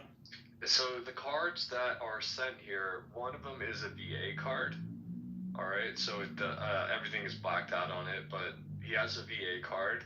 And the other one says Department of Defense, Uniformed Services, indefinite expiration, and it's like a picture of him, an old picture of him. That's it. That's all we got. And then his ID was sent in, but that was totally blacked out. So that's what we got in terms of, like, you know, verifying his identity. And I did show a timeline, but about, you know, you don't have to be perfect here. We already showed a timeline, but like you get to the base and just kind of what's your general mood. And this is on September 8th, the evening of September 8th at the Candlewood Inn and Suites, which you have given me all the documentation for. Okay. Yeah, getting into Tucson, there was a little bit of a issue getting the rental car and stuff, so that took a little while, a little bit of a delay. Welcome. This is on the record. We made reservations ahead of time for me to be there. Disturbing. And yeah, I get down to the base. For those that think that people can't get on base, no, typically you can, as long as you have your ID, your insurance, and you have a purpose for being there. I certainly did. That's why they you can show that documentation as he's speaking. I'm sorry, go ahead. Yeah. So yeah, we made reservations, and I got to the hotel. It was sort of hard to find, but once I found it, I sort of recognized it because it was that was actually the barracks that I had when I was there in AIT training, but they converted it. So yeah, that was pretty cool. All of a sudden, staying in the same barracks. A really nice place, by the way. Wonderful beds. But yeah, I check in, and as I'm doing that, you can tell that there's regular military people. I'm trying to skip ahead. This guy really takes. He's milking. I was going to go back and actually talk to that person. Interject here while you're having a sip of water that this is when you accidentally take a video and it's 18 minutes long while this guy's giving you directions, which you've sent everything over. So there's no question you were here and everything happened because you tried to document this thinking you were going to get some justice from the past, and I will let you continue telling the story. Yeah, I was there to get help. And I was really figuring some people would have have some answers for me. I couldn't find CID, but as I'm wandering around, I finally decided, I need to get some coffee and wake up, maybe have a little breakfast. Anyway, we'll go to the other one. And I think the public will be with you because they see what I'm going through right now, being sued by a transatlantic president overseas for just trying to tell the truth. And I just want you to know that, I know that this is hard for you, and given everything you've been through, but I am here with you. I'm going to fundraise money for you, and I'm here for you and your family through whatever comes next. Oh boy, that's really wonderful. I've told you, thank you. I'd like to see justice. I'd like to see our government being honest again, or some level. Some level of honesty. I don't know why I was there, or why I got to see what I did, or how I happened to walk in on something. I wasn't there to, obviously I didn't know what was going to happen in the next 24 hours. It seems coincidental that was the number they kept bringing up. Whatever they were doing, it was important, and they didn't want anybody looking at it. And, okay, the military does that stuff. That's what they do. I thank you, for everything. But really, after hearing some of the other stuff, hearing about some of the threats against you, and I watch some of the other podcasts with Valhalla. Really good guy, even if he gave me a bunch of crap about stuff. Fellow brother there from First Group. No, he had. All right, I'll check this in the background. Let me see where he actually talks about it. The guy goes on and on and on and on about all this stuff. The question is, who did you see there? How do you know you saw who you saw? I'll find that clip for you guys in a second. Oh, you guys don't have to listen to the whole thing. I don't know if Earl, you gotta get a new PFP, bro. You're killing me with the hand thing. Keep thinking you have your hand up, but I can't tell if you do. Such a troll. So many people do that. You know what? I'm not gonna call on you fat if your hand up. Gonna get a account reported for spam. Yeah, I'm here. No comments, so great space. But yeah, it does get quite a few people. Alright, It's super annoying, just so you know. So that's why I never look at my screen when I do this. You're the reason, Earl. Alright, let's see. Let's give, let me give Ian a spin here, because I know everybody's interested in the Epstein stuff, and I want to be interested in it. I've been interested in it so many times, and every time it's the same thing.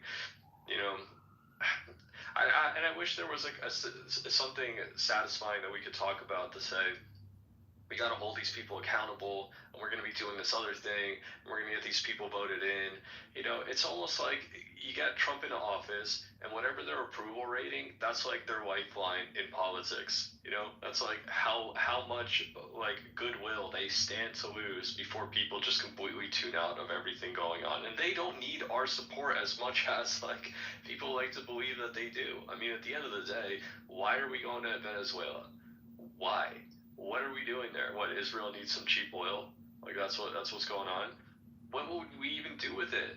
There's no industry here. America has more nuclear power plants than any other country on the planet. We have plenty of energy. Could we make it more affordable? Could we distribute it better? Yeah, of course, right? Can we upgrade our own grids? Yeah, there's a million things we could focus on here internally before we go and just start crushing boats, little tiny boats. By the way, a lot of people don't know this. Check out some of Katarina Schultz's recent documentaries. She embeds with the cartel. A lot of great information there. You know what the cartel's #1 trade is right now? It's not drugs, it's not people, it's oil. It's oil. They go and steal containerfuls, or entire, whatever they're called, tankers, full of oil from Mexico, and drive it to small refineries in Texas and all through the southern coast. They're making untold fortune from stealing oil. I'm sure drugs, I'm sure, smuggling and all of that, right? I mean, they do horrible things as well. But yeah, check out some of her reporting there. There was a 60 Minutes, by the way. I don't know if you guys have caught this one. 60 Minutes did an interview. Let me see if I still have it up here. and they cut. Let me see if I have it up here.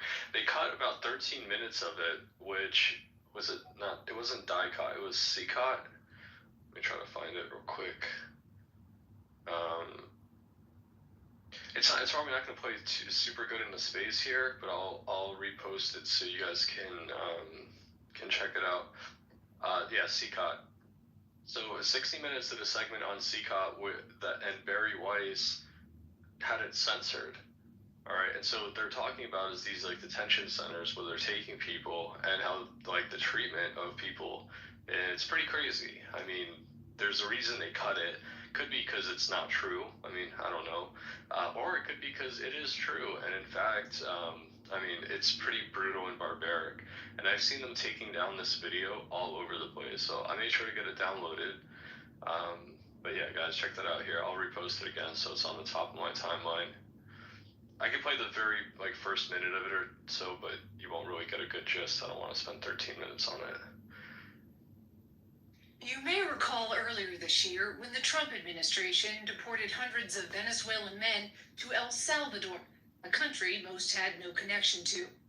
The White House claimed the men were terrorists, part of a violent gang, and invoked a centuries-old wartime power, saying it allowed them to deport some men immediately without due process, an unusual strategy that sparked an ongoing legal battle. Tonight, you'll hear from some of those men. They describe torture, sexual and physical abuse inside CCOT, one of El Salvador's harshest prisons, where they say they endured 4 months of hell. It began as soon as the planes landed. The deportees thought they were headed back to Venezuela, but then saw hundreds of Salvadoran police waiting for them on the tarmac. Shackled, they were paraded in front of cameras, pushed onto buses, and delivered to CCOT, El Salvador's notorious maximum security prison. En el momento en que llegamos, el director del SECOT. When we got there, the SECOT director was talking to us. Y lo principal, first thing he told us was that we would never see the light of day or night again. Día ni la de la noche. He said, "Welcome to hell. I'll make sure you never leave." Did you think you were going to die there? We thought we were already the living dead, honestly. We met Luis Munoz Pinto in Colombia. He was a college student in repressive Venezuela and hoped to seek asylum in the United States. In 2024, he says he waited in Mexico until his scheduled appointment with U.S. Customs and Border Protection in California. During that interview, They just looked at me and told me I was a danger to society. You have no criminal record. I never even got a traffic ticket. Nevertheless, he was detained by Customs. He says he spent 6 months locked up in the U.S., waiting for a decision on his asylum case when he was deported. One of 252 Venezuelans sent to CCOT between March and April. Inside, he says their hands and feet were tied, forced to their knees, their heads were shaved. There was blood everywhere, screams, people crying, people who couldn't take it and were urinating and vomiting on themselves. When you get there, you already know you're in hell. You don't need anyone else to tell you. He says the guards began savagely beating them with their fists and batons. Tell me about what they did to you personally. 4 guards grabbed me, and they beat me until I bled. To the point of agony. They knocked our faces against the wall. That was when they broke one of my teeth. CCOT, the Terrorism Confinement Center, was built in 2022 as a key part of Salvadoran President Nayib Bukele's sweeping anti-gang crackdown. The massive prison, designed to hold 40,000 inmates, and its harsh reputation are a point of pride for Bukele, who regularly allows social media influencers to tour it. As you can see, when we are in the middle of the day. So I would suggest watching this if you're into the South America, what's going on down there, right? Now Bukele. I know he's been kind of like a patron saint, a South American patron saint of Bitcoin. Unfortunately, he as much as we love Bitcoin, doesn't seem all good. Let's just put it that way. When it was first explained that he was doing the crackdown and the cleanup, and building these super maxes, it was also understood that, your neighbors, anybody associated in any way with a person who potentially belonged to a gang was getting rounded up and thrown in. Essentially that it was kind of like they were a casualty, sort of a necessary evil. But when you really consider the kind of fear that then you are living under, like if I ever talk to this person, or if I'm related to this, my cousin or whatever, then I could be thrown into one of these, and that soul-crushing subjugation and terror that you're living in constantly. I'm going to take it like one step further, even because Sarah mentioned this the other day, how these used to be Catholic countries, and now it's like that's gone. And now they're becoming evangelical, and they're getting infiltrated that way. Essentially, if you do what we say the way we say to do it, then you're going to be okay. I think, and you mentioned him being the patron saint of Bitcoin. All of these things I see a connection to, but I think it's the same overarching thing: the dehumanization and the canceling of God and the canceling of the human soul. It's the crushing of a person's spirit. Yeah, and it's this gangsterism, and the gangsterism it yields bad fruit, like rotten fruit, every time it's done. Like if you behave like the very cartel that you're espoused to be fighting, you're just another cartel.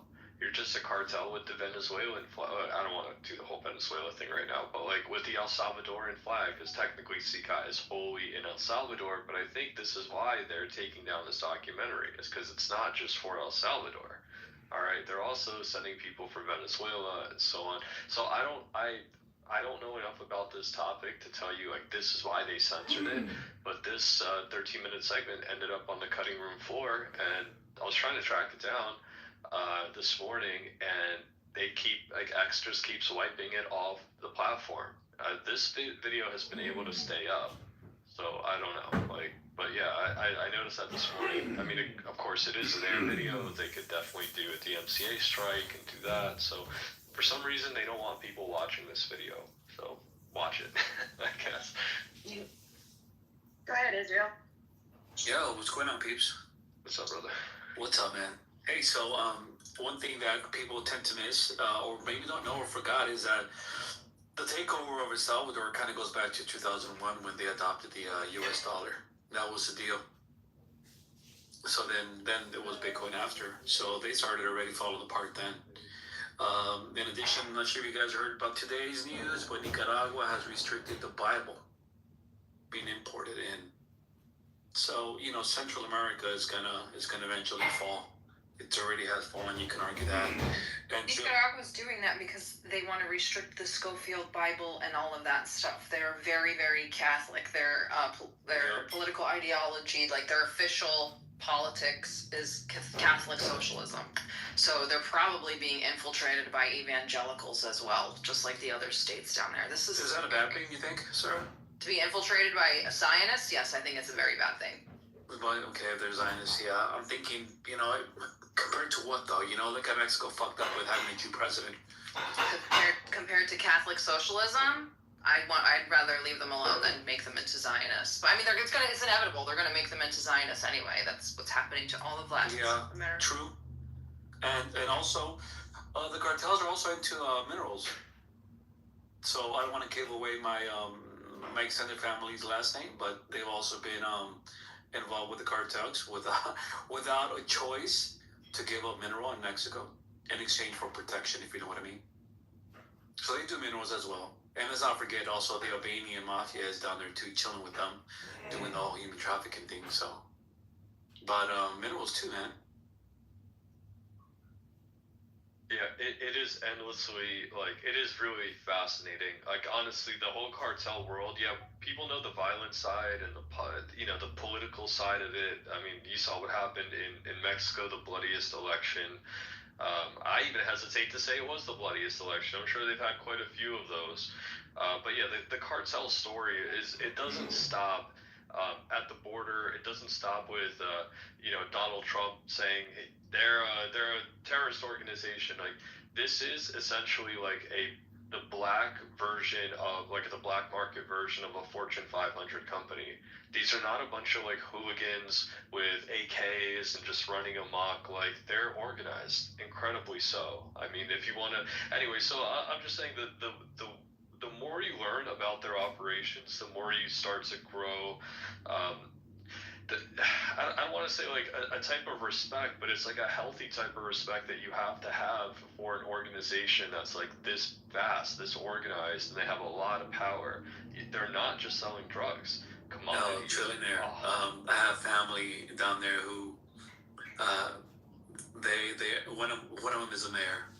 A couple of them are doctors, legit doctors, and the story they share with me, it's fucking stupid, but it's exactly that, organized. What we see on TV and YouTube, that's just a superficial garbage that they want us to see, but these guys are business too. I'm not giving them credit. Fuck them, they're taking money from my family, but the point is that they are businessmen too.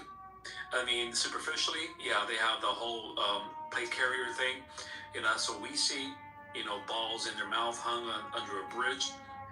That's what we see, but behind the scenes, they're running Congress and the government down there. It's what it is. And it brings into question a lot of what's going on in some of the southern U.S. states.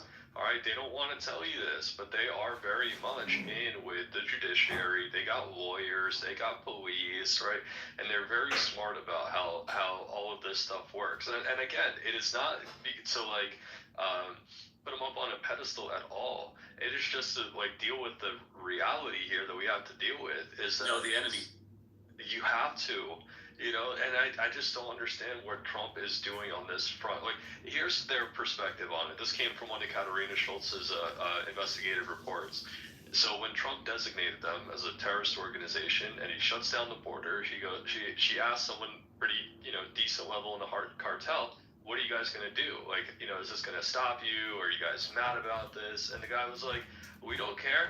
He goes, that's fine. We'll just wait it out. He's going to be gone in 4 years. We'll be back.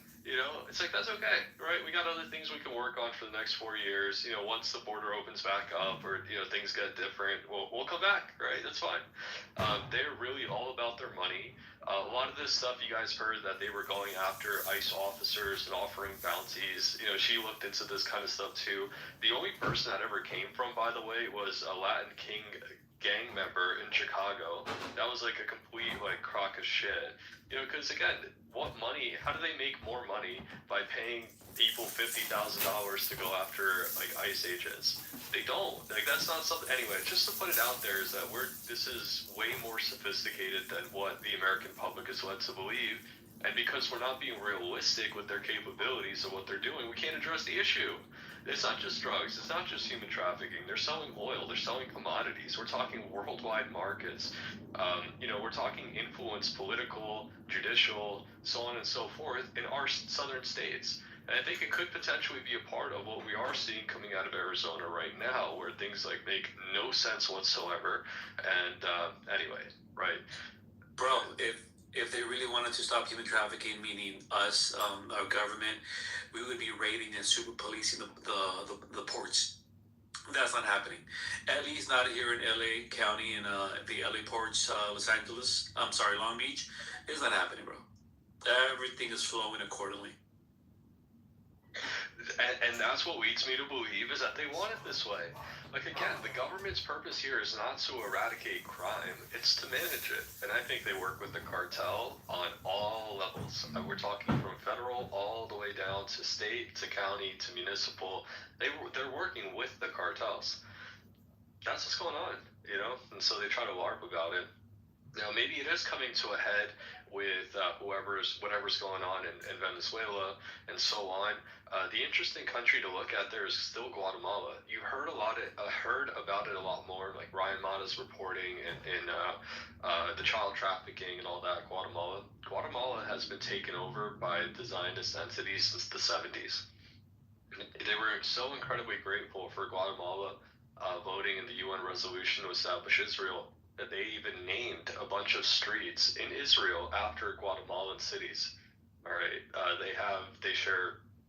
they've essentially bootstrapped a lot of the militarized intelligence systems in Guatemala. Mossad did. They're embedded there. And that is sort of a vantage from which they influence the other countries in that region there. So, don't forget about Guatemala. That's definitely a player here. Not Guatemala itself, but because they've had Israeli intelligence situated there since the 70s. It's been a minute. They provide them all sorts of defensive stuff, weapons, and it is, the reason it would come up is because it was like the beginning of that pipeline of humans, of people being trafficked, through Darien Gap all the way up to our border. So, but yeah, it has definitely fallen out of the news. You hear about like Let the Whore and all that crazy stuff too, but we will get back into, like I said, the CCOT thing is very interesting. Just check it out. Again, I'm not telling you to form an opinion on it either way, or to like dislike Bukele all of a sudden if you think he's a great guy for Bitcoin or something. But I will urge you to remember that as soon as the IMF loan thing came up, he was very quick to change his stance on Bitcoin as well. All right, so I know people look at him as like the hero. I would just say, keep an open mind to what's going on there. I can play some of Katarina's interviews, by the way. I suggest if you are in the southwest or California, Katarina Schultz. She works for Borderland. It's just investigative journalism, but she is very good. She's been covering a lot of what's going on in San Diego, El Diablo. Like, if you're into the cartel, the intrigue of the cartel, definitely give her a view. I'll play some of her reporting here in a second. She has been investigating. Obviously, she's not anywhere near Venezuela, but she has gone and talked to people. And what happened early on is that we were getting all of these, killed in action reports confirmed kills, right, with the boats and stuff. And what she pointed out is that there was nobody reporting on the ground that, these cartel members or, this people's family or something was being affected by these strikes off the coast of Venezuela. Implying to say that, yeah, you're claiming all of these casualties and they're cartel and they're this, but, nobody on the ground knows these people. It doesn't seem to be that whoever is dying there is part of some organization, like a cartel type organization. They wouldn't keep it secret. If that was happening, they would be reporting it. They would be putting it in their news, be in papers. People would be coming out claiming that family members were killed by an American drone strike or some other. None of that was happening. And now their kills are over 100. I'm sure it's much higher than that. That's just the last time that I saw it. So, yeah, very interesting reporting. I did find that part where Mitch talks about who he saw, okay? I mean, you see the interviews, a lot of fluff. He's talking about himself. Candace is like, I'll help you, I'll get you money, I'll fundraise for you. And I think this is very immature as this, pseudo-investigative journalist role that she has taken up on herself. I don't think any of this is a good look, but, I mean, people might disagree. Oh, wait. I gotta put the sound back on for you guys. On my speaker. Yeah, real quick, yeah. Ryan was trying to get up to speak and he has his hand up. Hi, Ryan. I got a lot to say. Hey, Honey Badger. Trillian, we haven't really met yet. No, I'm just chilling. I think Candace has been in the game long enough to kind of know what she's doing. I don't think she's sold out yet. But I had kind of an off-topic question on how do we, approach these festive parties that I hope we all, get together with family this Christmas. But how do you balance the knowledge that we've all attained with the family that hasn't been paying attention so much? I think what I say honestly is, again, today is, tomorrow's not promised, and today is a blessing. So you're going to go and you're going to spend the holidays with your family. You're going to have real conversations about how everyone's doing, and whatever comes up that, might be a, conversation starter, I would say tread very lightly. I usually start by asking if something gets brought up, and how we are in spaces, we can know all of the things about it, right? And but where they're starting from. It's usually the mainstream media, right? just ask them first. You know, you got to figure out where they're at. You know, say, what do you know about this topic? What have you heard? And let them talk. And then this is what I found that's very successful. Because if you tell them all the truth, they're going to think you're wackadoodle, or they're just going to tune out. They're not going to have a clue, you know, because they haven't had time to absorb, right? I practice the Socratic method, and I just ask them questions about how much sense, what you know, that lead through what they're telling you, what they know based on the media or what they heard on the news, and ask them questions. Okay, so you heard that here? Okay. Well, what else did they say about that? Did you hear anybody else talk about it? What was their take? Do you know? Have you heard the opposite argument? You know, kind of the Socratic method of helping them, like, lead them to ask enough questions about what they've been fed to start to question what they've been fed, you know, and question what they've heard. And then you can start to propose, you know, again, broader, not the deep details, but you know, start with the foundational topics and then move. You know, and then move to. I only ask because I'm kind of as much time as you have, because sometimes you know you only have like 20 or 30 minutes to talk to each person. Well, I wonder how much I should hide that and just be the comedic, you know, like a family member that's like kind of making things flow, or how much do I want to actually talk about the truth and like, you know, how's everybody doing, and then get into the core thing. So it's just like this balance. It's crazy because we finally get together and share things, and I don't know. What I found too, especially being from a big family, I don't know how big your family is, but like I'm the seventh of 9 children, and so what's interesting though is that y'all go out in the world and you become totally different people than your birth order and then your like position in the family. But interestingly, when we all get together, we all kind of revert back to that same role. So I'm like the little sister, you know what I mean? And so you have to kind of first see yourself through their eyes. Like they know you one way, you know, you might have learned a lot that they don't know and grown in ways that they can't even comprehend. But you really kind of have to just say, okay, this is how they're seeing me. So however they're seeing you, use that to your advantage. Know how you're being seen, and play along while introduce. So if you deal with stuff through comedy, you know, make sarcastic jokes and see how they react. Does that make sense? Yeah. I step over the line sometimes, and I'm going to work on it this year.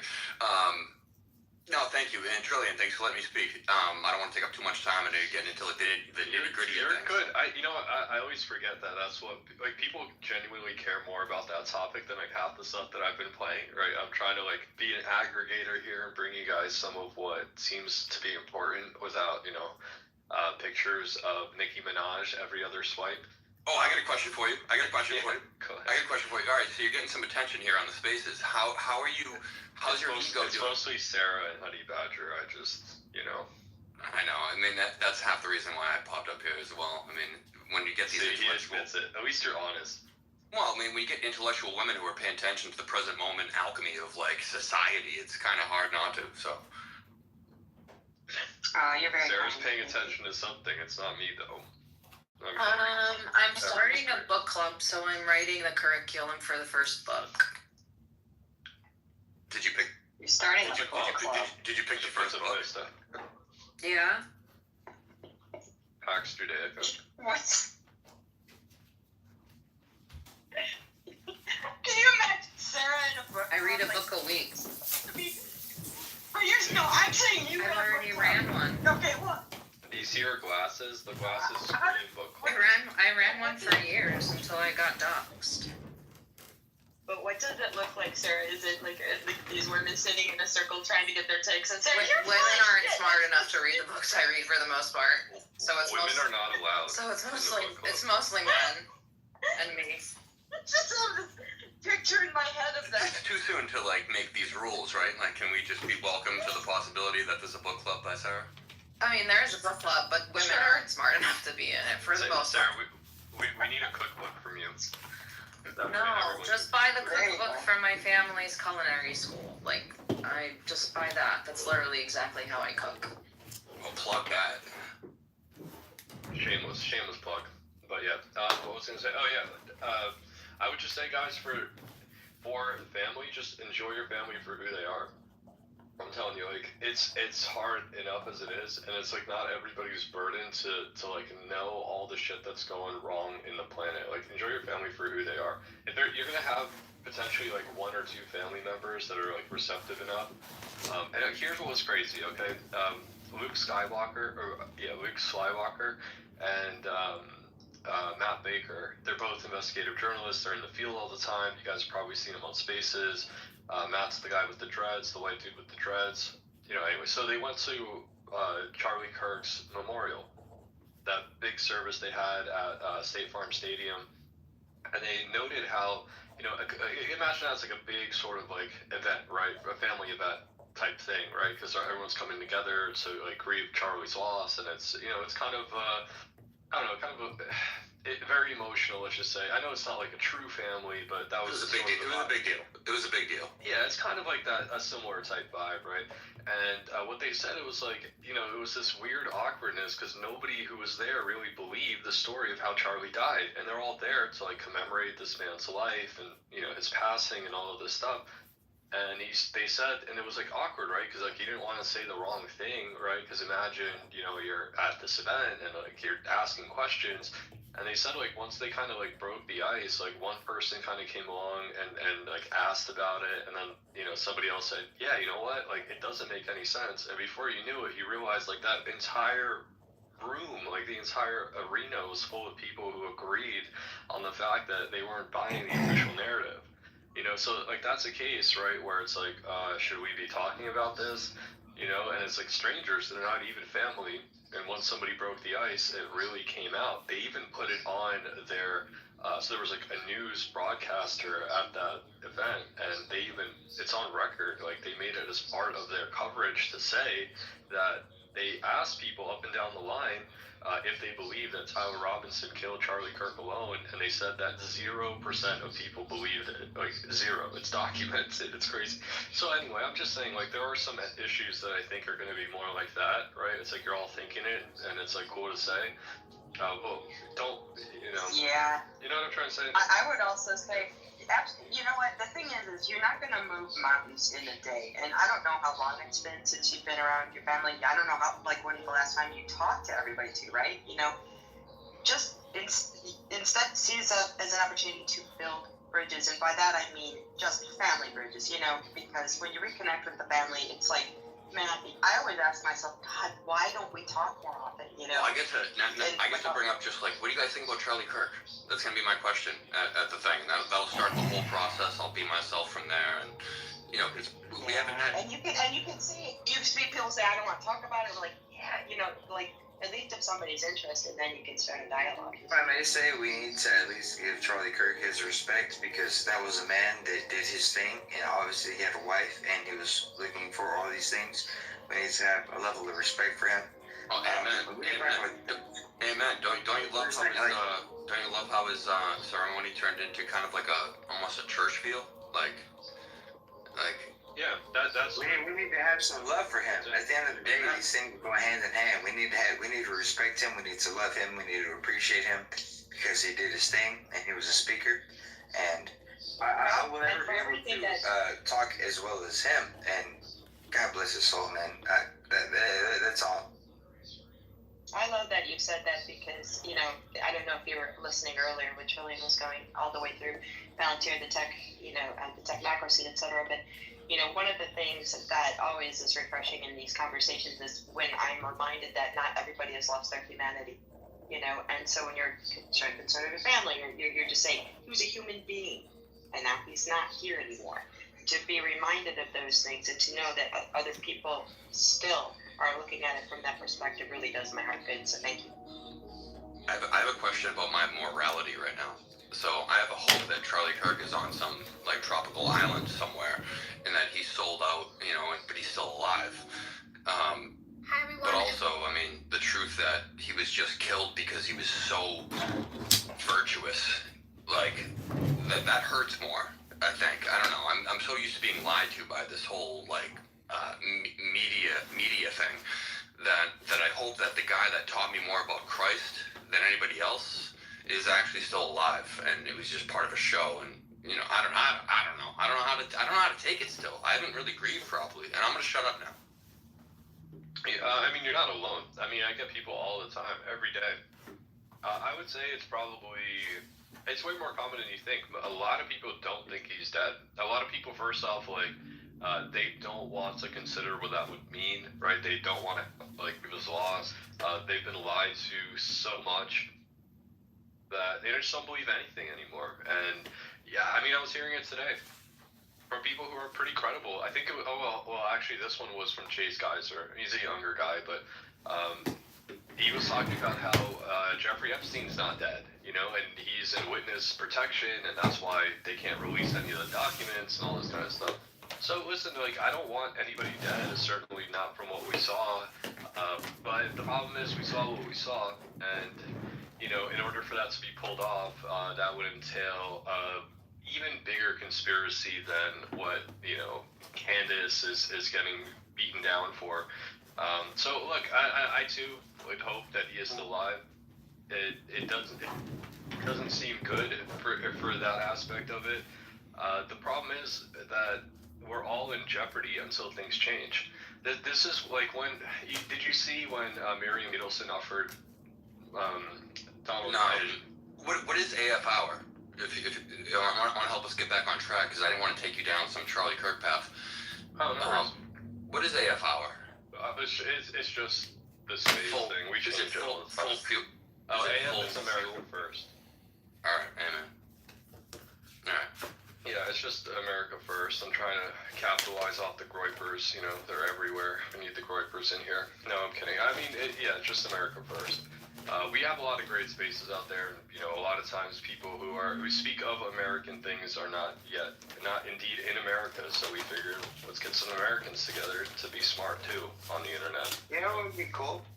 This is something that I'll throw up in the air. Obviously, it's different from the space, but a good friend of mine, Henry, he is more Democratic leaning, and I wanted to have him I wanted him to join one of the spaces so he can, you know, voice whatever he has to say, and we talk about it, because, you know, he's a good friend of mine. Yeah, I'm like right leaning, you know, Republican leaning, whatever the case might be, but I love Henry because, you know, obviously that's my friend, and I don't really care, like, the politics aside, all the bullshit, like, all that, it doesn't matter.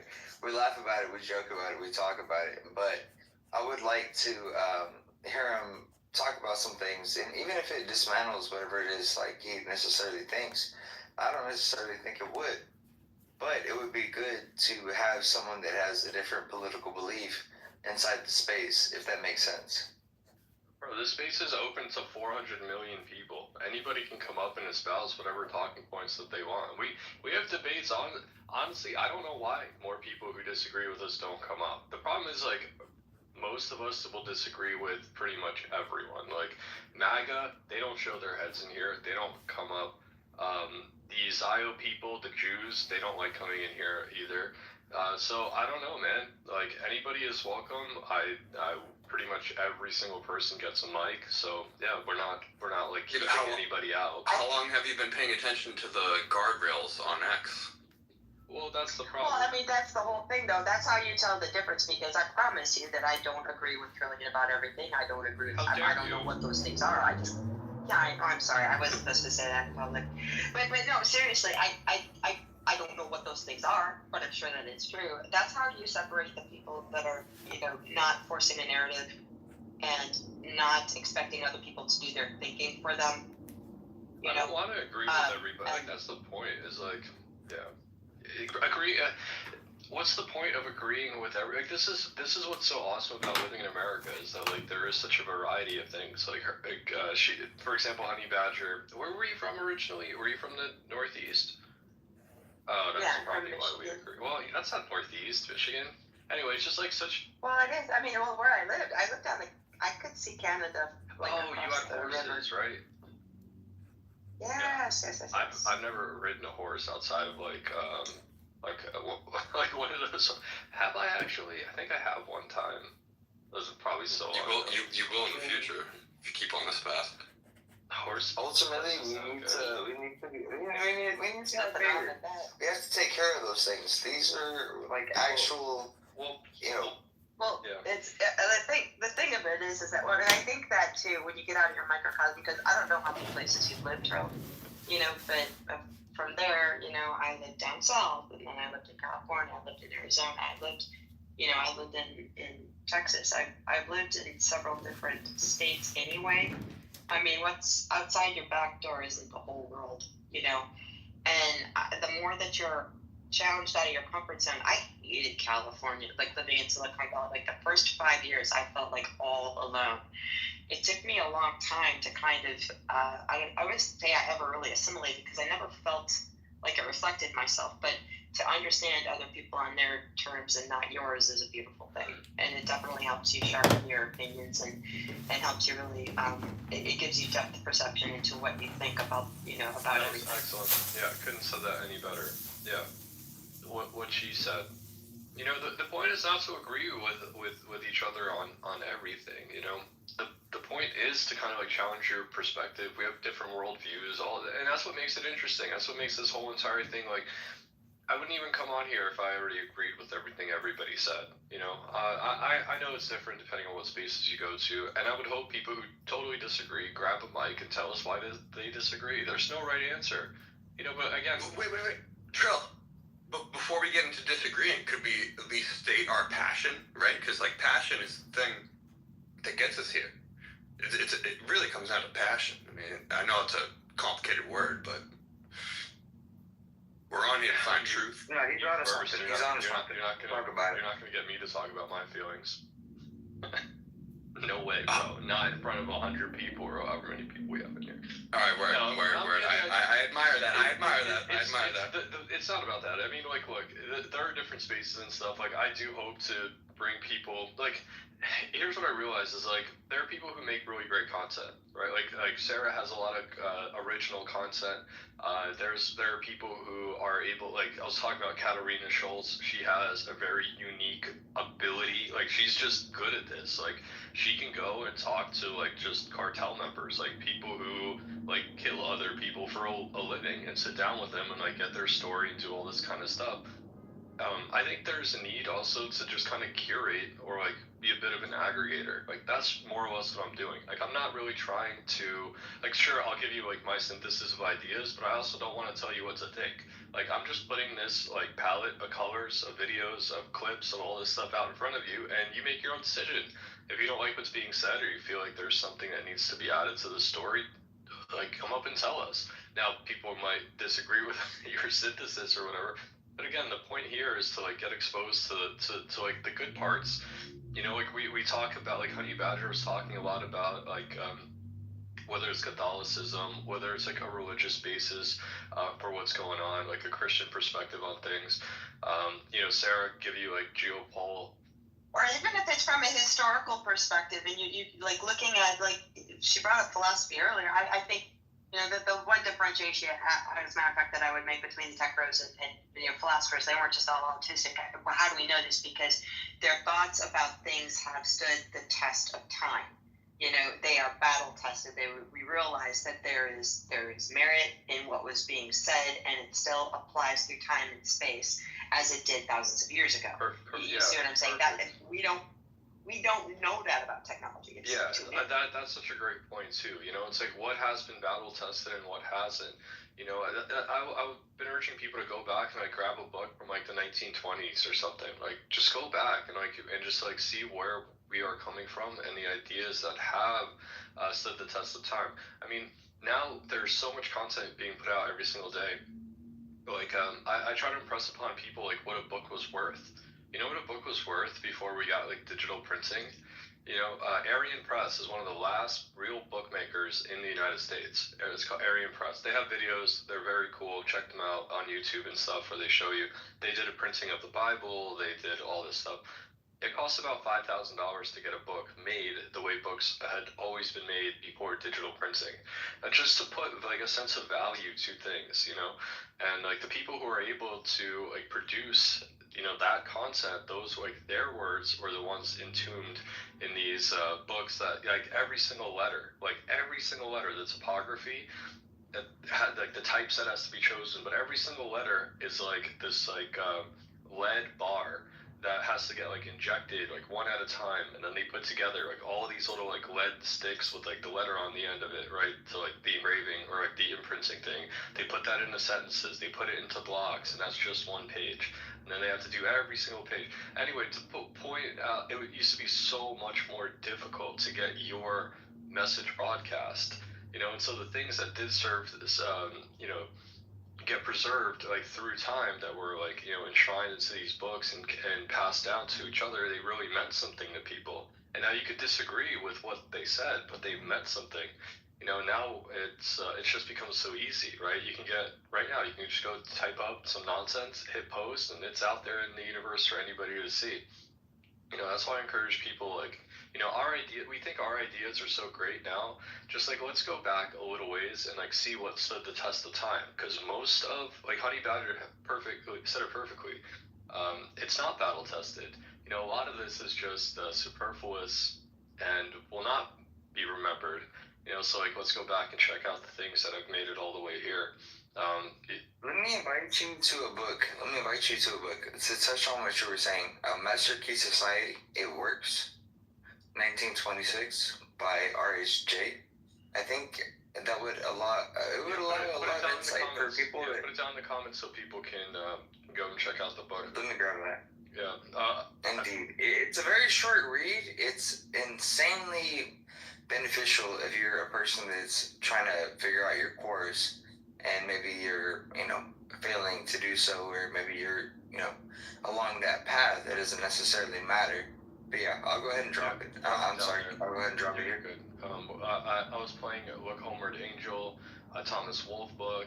And you don't have to love the book, right? But if you just get a sense of where we're coming from and like who we're doing all this for, and we do stand on the shoulders of giants. Like, this is what is trying to be like re-engineered from, you know, the technology perspective, is that they've sort of thrown out all of that history that got us that work, that led us to a place where we're at. And we have gone astray. That's absolutely true. We absolutely have. You know, but there have been these sort of, it's always been the case, you know, it's just somehow, some way, it's been brought together.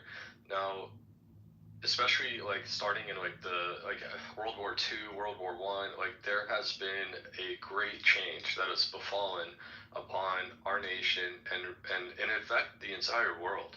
That's why I say, like, let's go back like mid 1800s. I know that might be like a little too far back. They speak weird, and you know, but like the stuff from the turn of the century is very approachable, and you'll see that it's incredibly relatable. You know, and it's like looking back 100 years. And the reason I point there is because like we're sort of reliving that part of this like cycle of our like humanity.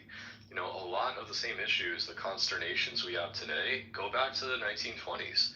They're talking about the exact same stuff, you know, and of course you don't have as much like content that still has survived, but it's all there, you know. And just to remind ourselves that, you know, what was his name? William Durant had this saying that people's habits change, like people's habits change, but instincts never do. Something like along those lines. That's good. He made the history of civilization. I think him and his sister, him and his wife. That was a good writing. I read that as well. Yeah, you guys definitely check out some of his work. Again, don't take it for gospel, but there is some truth to that. Something I think quite iconic about it. But yeah, anyway, hopefully try to make some sense out of an otherwise very, very difficult to make sense of world. See, the thing is, I say, if you go back and you kind of understand what perceptions were at those times, and go back further if you want. I mean, the Revolutionary War was a very interesting period of time as well. And like, who was it that was reshaping the nation? Like, who was it? Was it the old guys, right? Was it like people like Trump? No, it wasn't. You know, go back and double check it. And that's it. We've lost our youth. Like, we've lost our vigor as a nation. And the people who are the most under attack right now, I know it's like, oh, it's so annoying to be old and everything's expensive and this sucks. And yeah, I know. And that's most of the voices we see out here now. What we should be paying attention to, the real like shapers of the nation, happen to all be in their 20s, if not younger. That's the truth. We have the luxury of being on the back burner. There are some people that do not have that luxury, so ultimately they're gonna have to bear the consequences. Moses, raise a hand, bro. Yes, we're sir. gonna go to energy here in a second. The point is that shit, what the fuck was I gonna even say? Anyway, let's go to energy. I'll hopefully remember what I was gonna say. Go ahead. We were just talking about how the children are growing. Oh, yeah. This is what's so insidious about this TPUSA thing. And we make it about Charlie Kirk and whether he's alive or he's, or not. The problem is that this age group, this demographic, is so principally important to, like, the nation. And what they're trying to do is corral them into these, like, presentations with fireworks and lights and Nicki Minaj and fucking Erica Kirk wearing, like, a sequins dress. She looks like the freaking...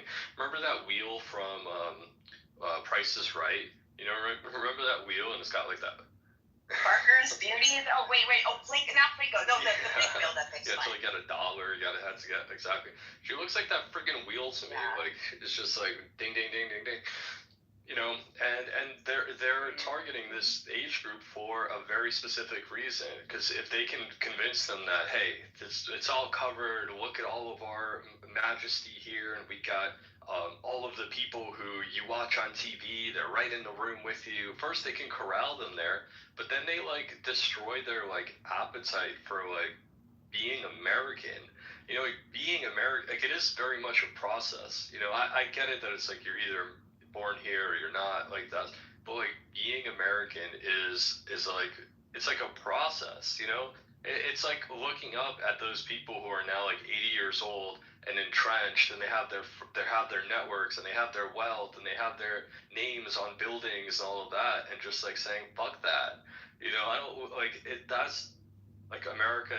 Being American is, like, the best part of this entire experience, and they've convinced them that there's nothing you need to do, and that's what's wrong about it. Meanwhile, collecting all their information, meanwhile confusing them, putting them in this, like, Zionist indoctrination pipeline and all this kind of shit. And now they're going even younger. They're going to high schools. So that's why I think TPUSA itself has become quite insidious, not because of Charlie, and perhaps Charlie has tried to maybe act upon it at some point, like towards, like, in the last couple years, once he got targeted himself. I can't overstate this enough. TPUSA was on the ADL's glossary of hate until a month after Charlie died. Even Glossary after of what? Charlie died. Glossary of hate.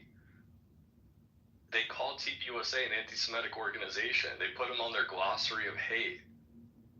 And they didn't even take him off when Charlie died. It took a month afterwards. So now they keep coming out saying he was our best friend. That's not what they're writing in the Times of Israel. They're writing how he was an extremist, how he was an anti-Semite. Yeah, it's ridiculous. It's absolutely insane. Anyway, energy, did you want to hop in? And then we'll go back to the... Yeah, right, exactly. Kind of what we're dealing with is unfortunate. Like you said, they say a week after... not until after a week that they were considered, a organization that was looked down upon. So oftentimes it is who is they that is making these comments? Well, now afterward it is Israel that we know was the one who then now looks down upon Turning Point USA, because Charlie, just before he was murdered, was stating and looking at Israel through a glass bowl, looking at them and going, did they stand down on October 7th? I remember seeing that video, and Charlie was very adamant about this point, that he was in Israel, and he realizes that, the Israeli military, that they are like within a prison within themselves. They're surrounded by their own military. So he's saying there's no possible way that they could have infiltrated and gotten into Israel. He says they must have stood down, and when he started talking about other things that Israel has going on and how they control the Congress of the United States, this is when the shit hit the fan, and that's when Charlie was murdered. But again, you see, the United States we have a lot of infiltration within ourselves. So there's probably about 100 million people here in the United States that really are not citizens. Our immigration system is totally fucked and not really working by any standard of what a citizen immigration department should be working like. They should be protecting the United States, not just allowing anyone to come in just because. So there's a lot of people here, and those that are here that really aren't truly United States citizens. Then they'll come in and they'll talk about the United States and certain aspects of the government and those who are running the government, president, so on, and they will, they'll run them into the ground and make them look bad, but they don't have any solutions. It's just about tearing down the United States, making it look bad. Biden was a piece of shit. He was part of the Jew storyline. He was bought into it, or he was pulled into it because they had something on Biden. So Biden had to obey his master at that point. Brother, let's try to make a point. I love you guys, but like this history of everything and anything, I know I do that. So what my point is we have a lot of people here that really aren't really true citizens of the United States. And what Trump just recently had done yesterday was that he took a piece of the 14th Amendment, which the Jews created. They created the 14th Amendment, the Jews. And that's the citizenship law that our immigration department follows, the Jew law. And he reestablished the meaning of birthright. So therefore, some Mexican or some other shit skin or any person of color that comes to this country, which is not a citizen of the United States, because the true citizenship law of the United States is the Federal Naturalization Law of 1790, written by the Founding Fathers 1 year after the Second Amendment. So we really got torn down by the Jew all the way back to Lincoln time. They bought out Lincoln. He was bought out by the Rockefellers. They got him into office as president, and they told him the reason why we're going to do that and what you're going to do for us, for getting you in as president, you will start a civil war. And then he didn't know the fact that really the only reason for the Civil War is to create a new citizenship law. You see, the Jews thrive on diversity. So then they killed Lincoln. They then forced the 14th Amendment. It wasn't even ratified. It took 5 years of military abuse of the Senate, of the states, to force in the 14th Amendment, if anybody truly knows. It was tyranny against the American citizens. We're all getting the 14th Amendment. Okay, we're way off topic here. And as a matter of fact, this voice sounds very familiar to me.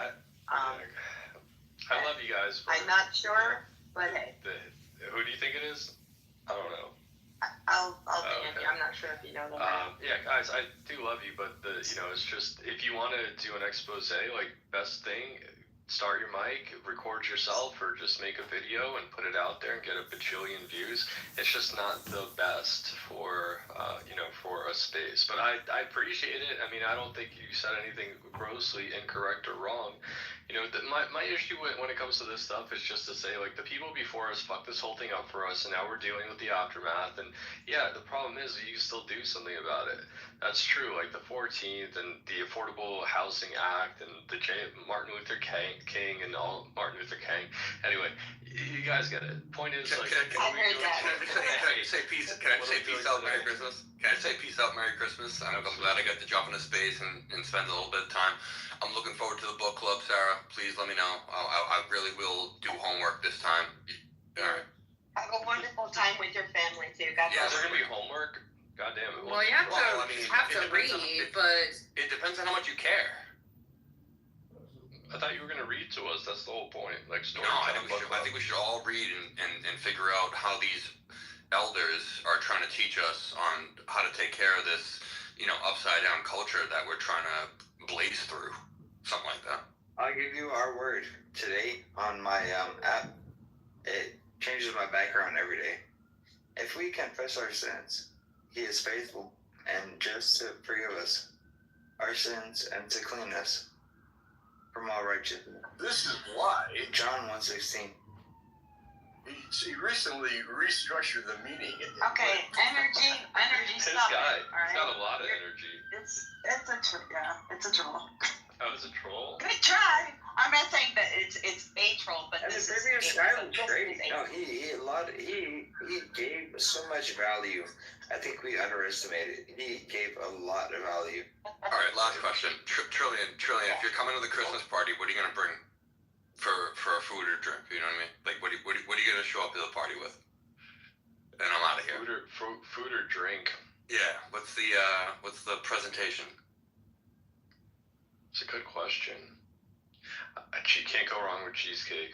I'm bringing you guys some cheesecake. Oh God, I love you. All right, I'll talk to you later. Peace. Who doesn't love cheesecake? Come on, come on. I hope you guys have a good space. I hope everybody feels enlivened and all that. You know, like love, hug your neighbor, all that. You know. All right, peace out. Thank you, Ryan. Appreciate you, dude.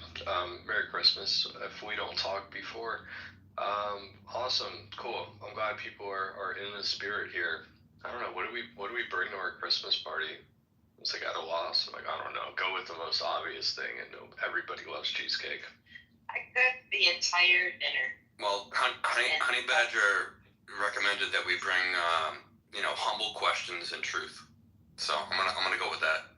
I have to cook the ham, so we're definitely there. We have the ham and we have the tree. So what else do you guys have? Oh my God.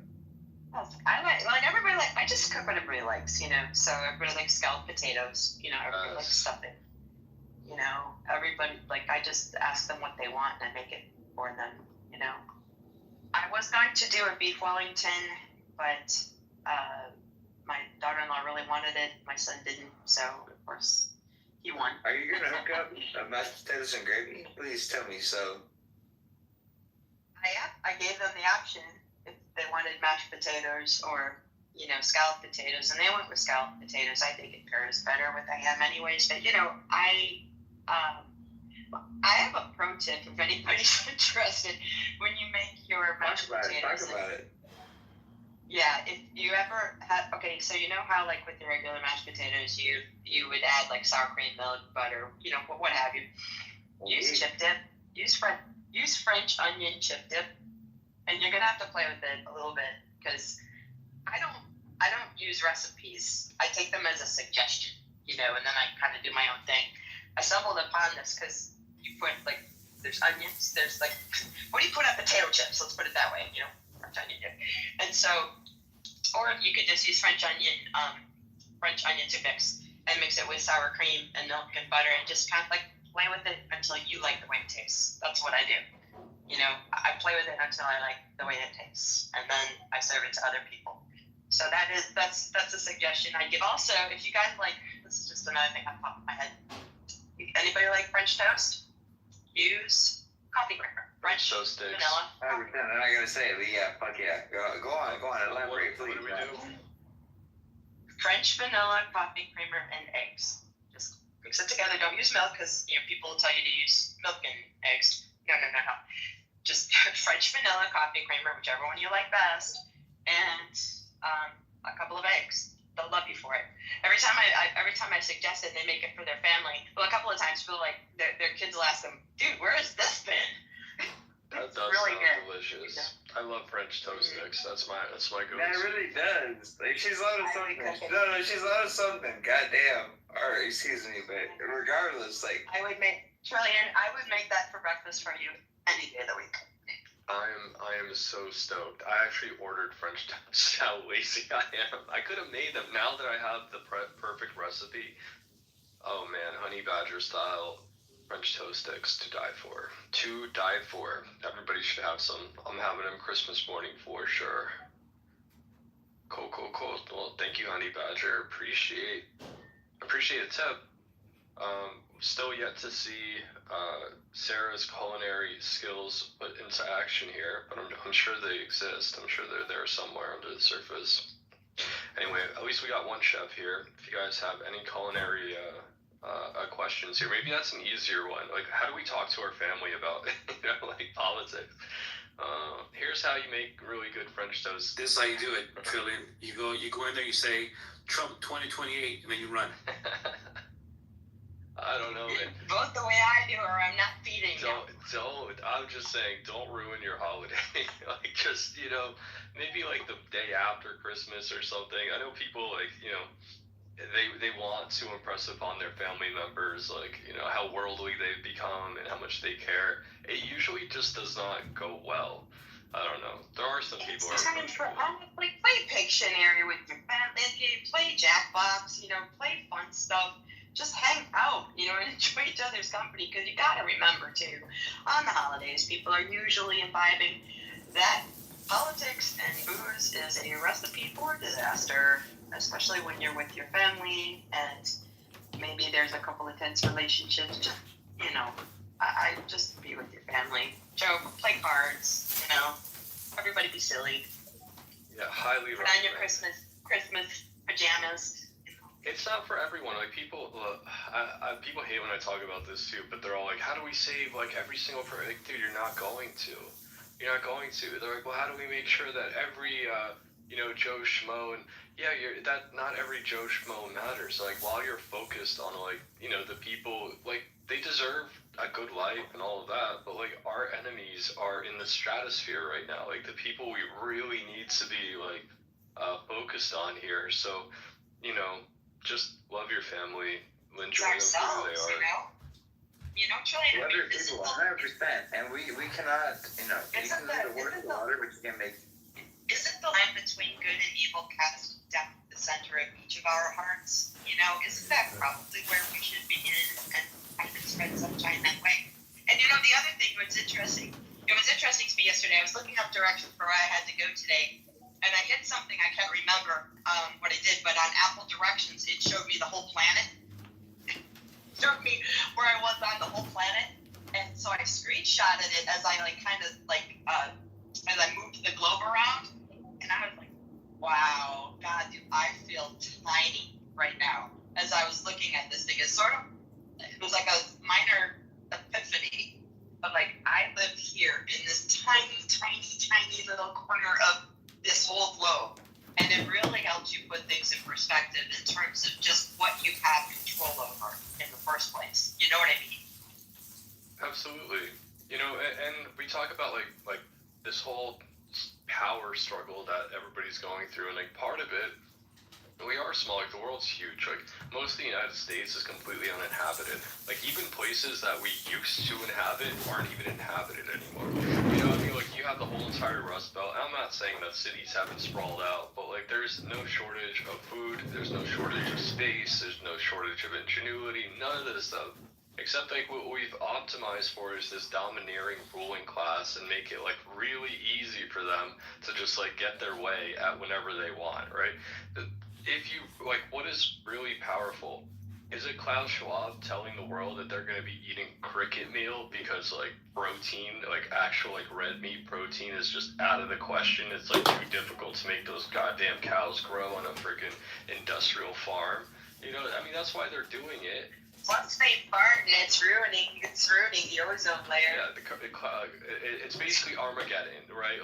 Cow farts and burps are basically just burning up the planet. But where's the power in that? And you understand where it's coming from, right?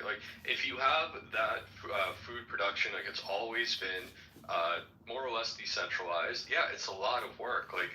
It's pretty much a thankless job being a farmer, but that's why we're all here. It's because people chose to go through that. Remember, people used to read the Farmer's Almanac, right? People probably don't even own this anymore, but that was a big deal, right? Now everybody's looking at stock tickers and what's Yahoo Finance say. That used to be the Farmer's Almanac, a parallel construct, let's just say. Obviously, it's not exactly the same. But anyway, right? So what is the real power? The World Economic Forum gets together and they decide everyone's going to be eating cricket meal because for their interest, farming, and create, if it was easy, and red meat was just as bountiful and there's plenty of it. Why are they encouraging everyone to go and eat bugs and cricket meal and all this stuff? Oh, because it's easier. It's just easier. if they want to grow, like, they want to have these industrial farms, well, something like red meat becomes quite a bit of a challenge. You know, it's not that easy to have cows that are healthy and all of that in this, like, you see how they do the chicken coops now, right? It's just like a bajillion chickens, none of them can move, everything is, and like, so basically that doesn't work very well for red meat, right? Because anything red meat has to be able to, like, roam and, like, you know, live and all that stuff. And so they decide we're going to make everybody eat fucking crickets, right? Like, where's the power in that? You know, they try to present themselves as powerful. Like, powerful is figuring out a better way to, like, feed another, like, I don't know, 100 million people. They've decided that, you know what, screw that. We're just going to have 100 million less people. They're not as powerful as, like, people think, except they put their image in alignment with important politicians, celebrities, and all of that. And so we think, oh yeah, they must be so powerful. Their ideas suck. They're awful. And there really is no power behind it. You know, so it's just whatever power we give it. And unfortunately, what I've seen with, like, the technology race, because people just sort of assume and they go to, like, the ends of the conclusions that we're all going to be monitored, we're all going to be in a database somewhere, we're all blah, blah, blah. Right, that they're not realizing that that's not actually a very powerful move at all. It's actually, like, it's just stupid. It's a terrible idea. And the reason they're getting it embedded into the government is because they need the government to subsidize it. Plus, it's illegal, right? Those are the two reasons government gets involved. It's illegal or it requires subsidy. You know, so, like, we give them way more power than they actually really deserve. And, like, the real power here is, like, figuring out, like, how much, like, things that produce more life, right? Like, occupy more of, like, I don't know. You're right. I don't know why I went on this whole rant, but basically from what Honey Badger was talking about is, like, we are so tiny, we're so incredibly small. We're pretending that, like, oh, we're running out of everything. We got to we just got to make, like, you know, the digital, like, everything's got to be in the digital space. Tokenize everything. Like, this is all weak. It sucks. Yeah, anyway, that's just my approach to it. Or, like, that's my thinking on it. But yeah, we're tiny and we should respect where we're at more and do things that produce more life and more variety and not just be hell-bent on destroying it. I'm sorry. The visual is in the Jumbotron, sir. What is it? Oh, I don't even see the Jumbotron. What do we have up there? It'll pop up in a second. Is it French toast? No, it's the view of the apple tree of the world. What's that, Kim? Very well done, Honey Badger. Exact. Oh, I saw this post. Wasn't this yesterday? Yeah, this was from yesterday, right? Yeah, I saw it. Yeah, it's awesome. Yeah, we're so tiny. It's so crazy. We take ourselves way too seriously. But yeah, hopefully there's enough people who, like, come around to this, and we just need a second track, you know. And I see what's that guy Michael, guys doing AZ Pack or AZA Pack, Azapac, whatever it is.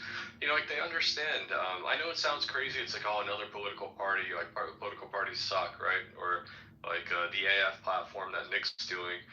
But yeah, like, we just need a second track here, and now that we know what to look out for and how everything gets attacked, like, hopefully there's going to be enough support so that we have a second rail. You know, we can be really upset about the immigration situation and all of that, but if there's nothing to jump to, you know, what are we gonna do? You know, just, like, lose our shit, throw the country in complete disarray. It's probably not how it's going to happen. I mean, it certainly hasn't worked so far, so we need a better option. We're going to build that. We're going to figure that out, but you're absolutely right. But it comes to us as the youth, people that are approaching 20, going into 30. Doesn't matter. We got to figure that out. We have to build that, and we're going to do that. I just saw an article, it's called, yeah, absolutely, but it's called The Glitch, How Dr. Seuss and DARPA Fought for Your Mind. We were just talking about Dr. Seuss yesterday. It's really funny. Yeah, he's German, right? Yeah, it says the War Department faced a critical failure in 1943. Millions of drafted young men refused to read the field manuals necessary for their survival. Dude, nothing has changed at all. That's so funny. Yeah, millions of drafted young men refused to read the field manuals necessary for their survival. Soldiers were dying because they wouldn't learn through traditional means. The government responded with terrifying incompetence, not incompetence. The factor they hired Theodore Geisel, Dr. Seuss, and paired him with Looney Tune animator Chuck Jones. They provided. What could have learned in regards Wait, don't interrupt. Please stop. Okay, you keep interrupting the host while he's cooking. You know, please go ahead. Who got excited? Who was that? Was it Game? It was. You got it, bro. I know people get in space and they think it's just a conversation between them and the rest of the room, but just hang out. All right. Anyway, so they hired Dr. Seuss. His real name is Theodore Geisel. And paired him with the Looney Tunes animator Chuck Jones. They provided a classified budget, security clearances, and a mandate to create an instructional cartoon called Private Snafu. That's so funny. I didn't even know about that.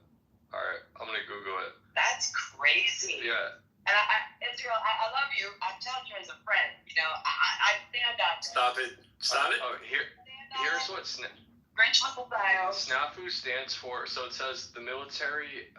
The name was military slang for situation normal, all fucked up. That's what SNAFU means. SNAFU was a bumbling, lecherous idiot who leaked secrets to spies, bragged about troop movements, and refused to take nasty-tasting malaria pills. In 6 of the 27 episodes, his carelessness led to his death. Blown up, crushed by tanks, or eaten by diseased mosquitoes. These cartoons were grotesque, hilarious, and brutally effective. Surveys show Private Snafu ranked among soldiers' favorite films. The men who ignored written pamphlets remembered every lesson they watched Snafu die learning. The War Department understood that art is a primary weapon of consciousness. They built a factory to manufacture behavioral change, fingerprinting workers and segmenting the animation process so few understood the full scope of the project. The playbook.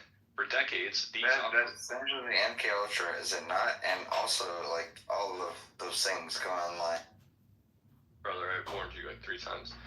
I don't know about MK Ultra, maybe. We'll get to it. The playbook. For decades, the operations remained obscured. Then, in 1999, the government released the unredacted instructions at CJCSM 3500.08. I don't know what that is. We'll look that up. 4 years later, they released the even darker 2003 Army Field Manual on Psychological Operations. These documents read like user's guides for the human mind rather than military strategy. The manuals redefine military objectives as product production rather than troop movements. They treat videos, memes, or news stories as artillery shells. Weapons are targets, payloads, and with calculated impacts. They list the specific machinery required to edit reality, such as high-speed risograph leaflet printers and MSQ-85B rolling TV studio for field editing, and Commando Solo. I don't know what that is, but the EC-130 aircraft that functions as flying broadcast stations designed to overpower local signals. These platforms execute task orders designed to edit reality. The metrics. The manuals are clear regarding successful movements. They redefine battle damage assessments. From counting destroyed tanks to counting adopted ideas. The standard for success found on page 7-8 is simple. 20% of the target audience exhibits behavior in accordance with the commander's desires. The manuals make clear that the action is the only metric that matters. Agreement is irrelevant because obedience is the ultimate goal. If 1/5 of the population changes their behavior to meet commander's desires, such as turning against their own allies, consuming themselves with infighting, or spreading demoralizing doubt, the operation is successful. It is behavioral engineering at scale. There's some more here, chemistry and all that stuff. Interesting. We talked about that. Well, we talked about that yesterday. So one of the reasons that mass formation was kind of one of the excuses for dismissing the conversation around mass formation is because people assign also mass formation psychosis to it, and psychiatrists argued that you can't give it a a psychological diagnosis. You're not a doctor. And so people stop talking about it. But in reality, that is true. It's like there's a 30-30-30 rule. Same applied to the revolution even. 30% wanted to leave the crown, 30% were passive, and 30% were loyalists. And the same applies to every circumstance. That's what we talked about earlier, like feeling that we deserve better psyopses and, how stupid do they actually think we are, etc. They don't have to convince everybody. They pretty much just have to convince like 51% of the population, and they already have the power and the devices in their control. And so they don't care that we know that they're full of shit because we're not their target audience in the first place. And probably nobody else that was, if you weren't paying attention to what Trillian was just reading, what I put up at the Jumbotron actually is true. I read the book Green Eggs and Ham to my son like at least 1,000 times. And he's an incredibly persistent. He would never take no for an answer, but it kind of occurred to me. Sam I Am was the greatest salesman in history. He would not take no for an answer. Like that's really the takeaway from Green Eggs and Ham. I think Dr. Seuss was a genius, and it doesn't surprise me what you're reading right now, though we didn't know it. It's pretty fascinating, but it's really not surprising when you consider what you're referring to right now, in terms of basically how he adopted art and things that were easily digestible, and ways to understand them in even silly ways, but nonetheless, way more effective than reading a field manual that they could get him to read. Yeah, here's the next section. It's called the chemistry. This is the last one I'll read, but it's an interesting article here. It says, by 2006, DARPA shifted its focus from psychology to biology. They realized persuading humans with logic is inefficient compared to overriding survival instincts at the chemical level. They mapped neurochemistry and created mathematical formulas to track how ideas spread through populations, monitoring dopamine responses like drug tolerance. In 2011, they named the resulting victim the memoid. Spelled memoid, like memeoid, M-E-M-E-O-I-D. Training slides describe the memoid as a person whose behavior is so strongly influenced by the narrative that their own survival becomes inconsequential. What we once called a fanatic, DARPA classified as a successful product. Suicide bombers, people going down the rabbit holes, those destroying relationships for political tribalism, and rage typers doom scrolling at 2 a.m. are all memoids. They are chemically dependent on the narrative. I would agree. I'm actually interested in what this whole memoid thing is about, but yeah, it's true. Like, imagine like every second this platform is just generating signals. It's not just about the letters and the likes and the posts and the pictures and whatever, all that stuff. It's all about the activity of the interaction of it. You can have the exact same post go super viral and do absolutely nothing. First, it depends on who posts it, and it depends on when you post it. All right, like with the same stuff, like we've been making fun of it, just calling it slop. I mean, and it is slop, right? But if like I posted this thing about like Charlie Kirk's hands being smaller in the casket than Erica's, like post takes off, like hundreds of thousands of views. I mean, for my account's not that big, right? But like post takes off. You do the same thing, right? Or like, I don't know, obviously because it's a casket, but you guys get the idea. But like at a point in time when that's not in the zeitgeist, it does nothing, And so anyway, point is like this whole, like we're being monitored. People think it's just them like stealing data off your phone, but no, a lot of it is actually coming from what you're contributing, to the equation here, to X, to, social media, YouTube's, all of that, and the impact that causes. It is addictive, and they figured that out. Why do people want to become like YouTubers and want to have these big accounts? I mean, it's probably the most thankless, terrible job ever. Now they're all complaining that they're getting death threats and all of that.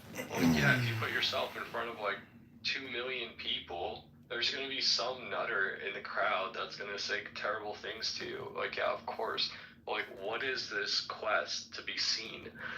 You know, it's because it's addictive. It's like, you know, once you like, am I the modern day Orson Welles? and then you get that like 1 million, 2 million, 3 million, right? Like people get addicted to that, and that's really what we're feeding into.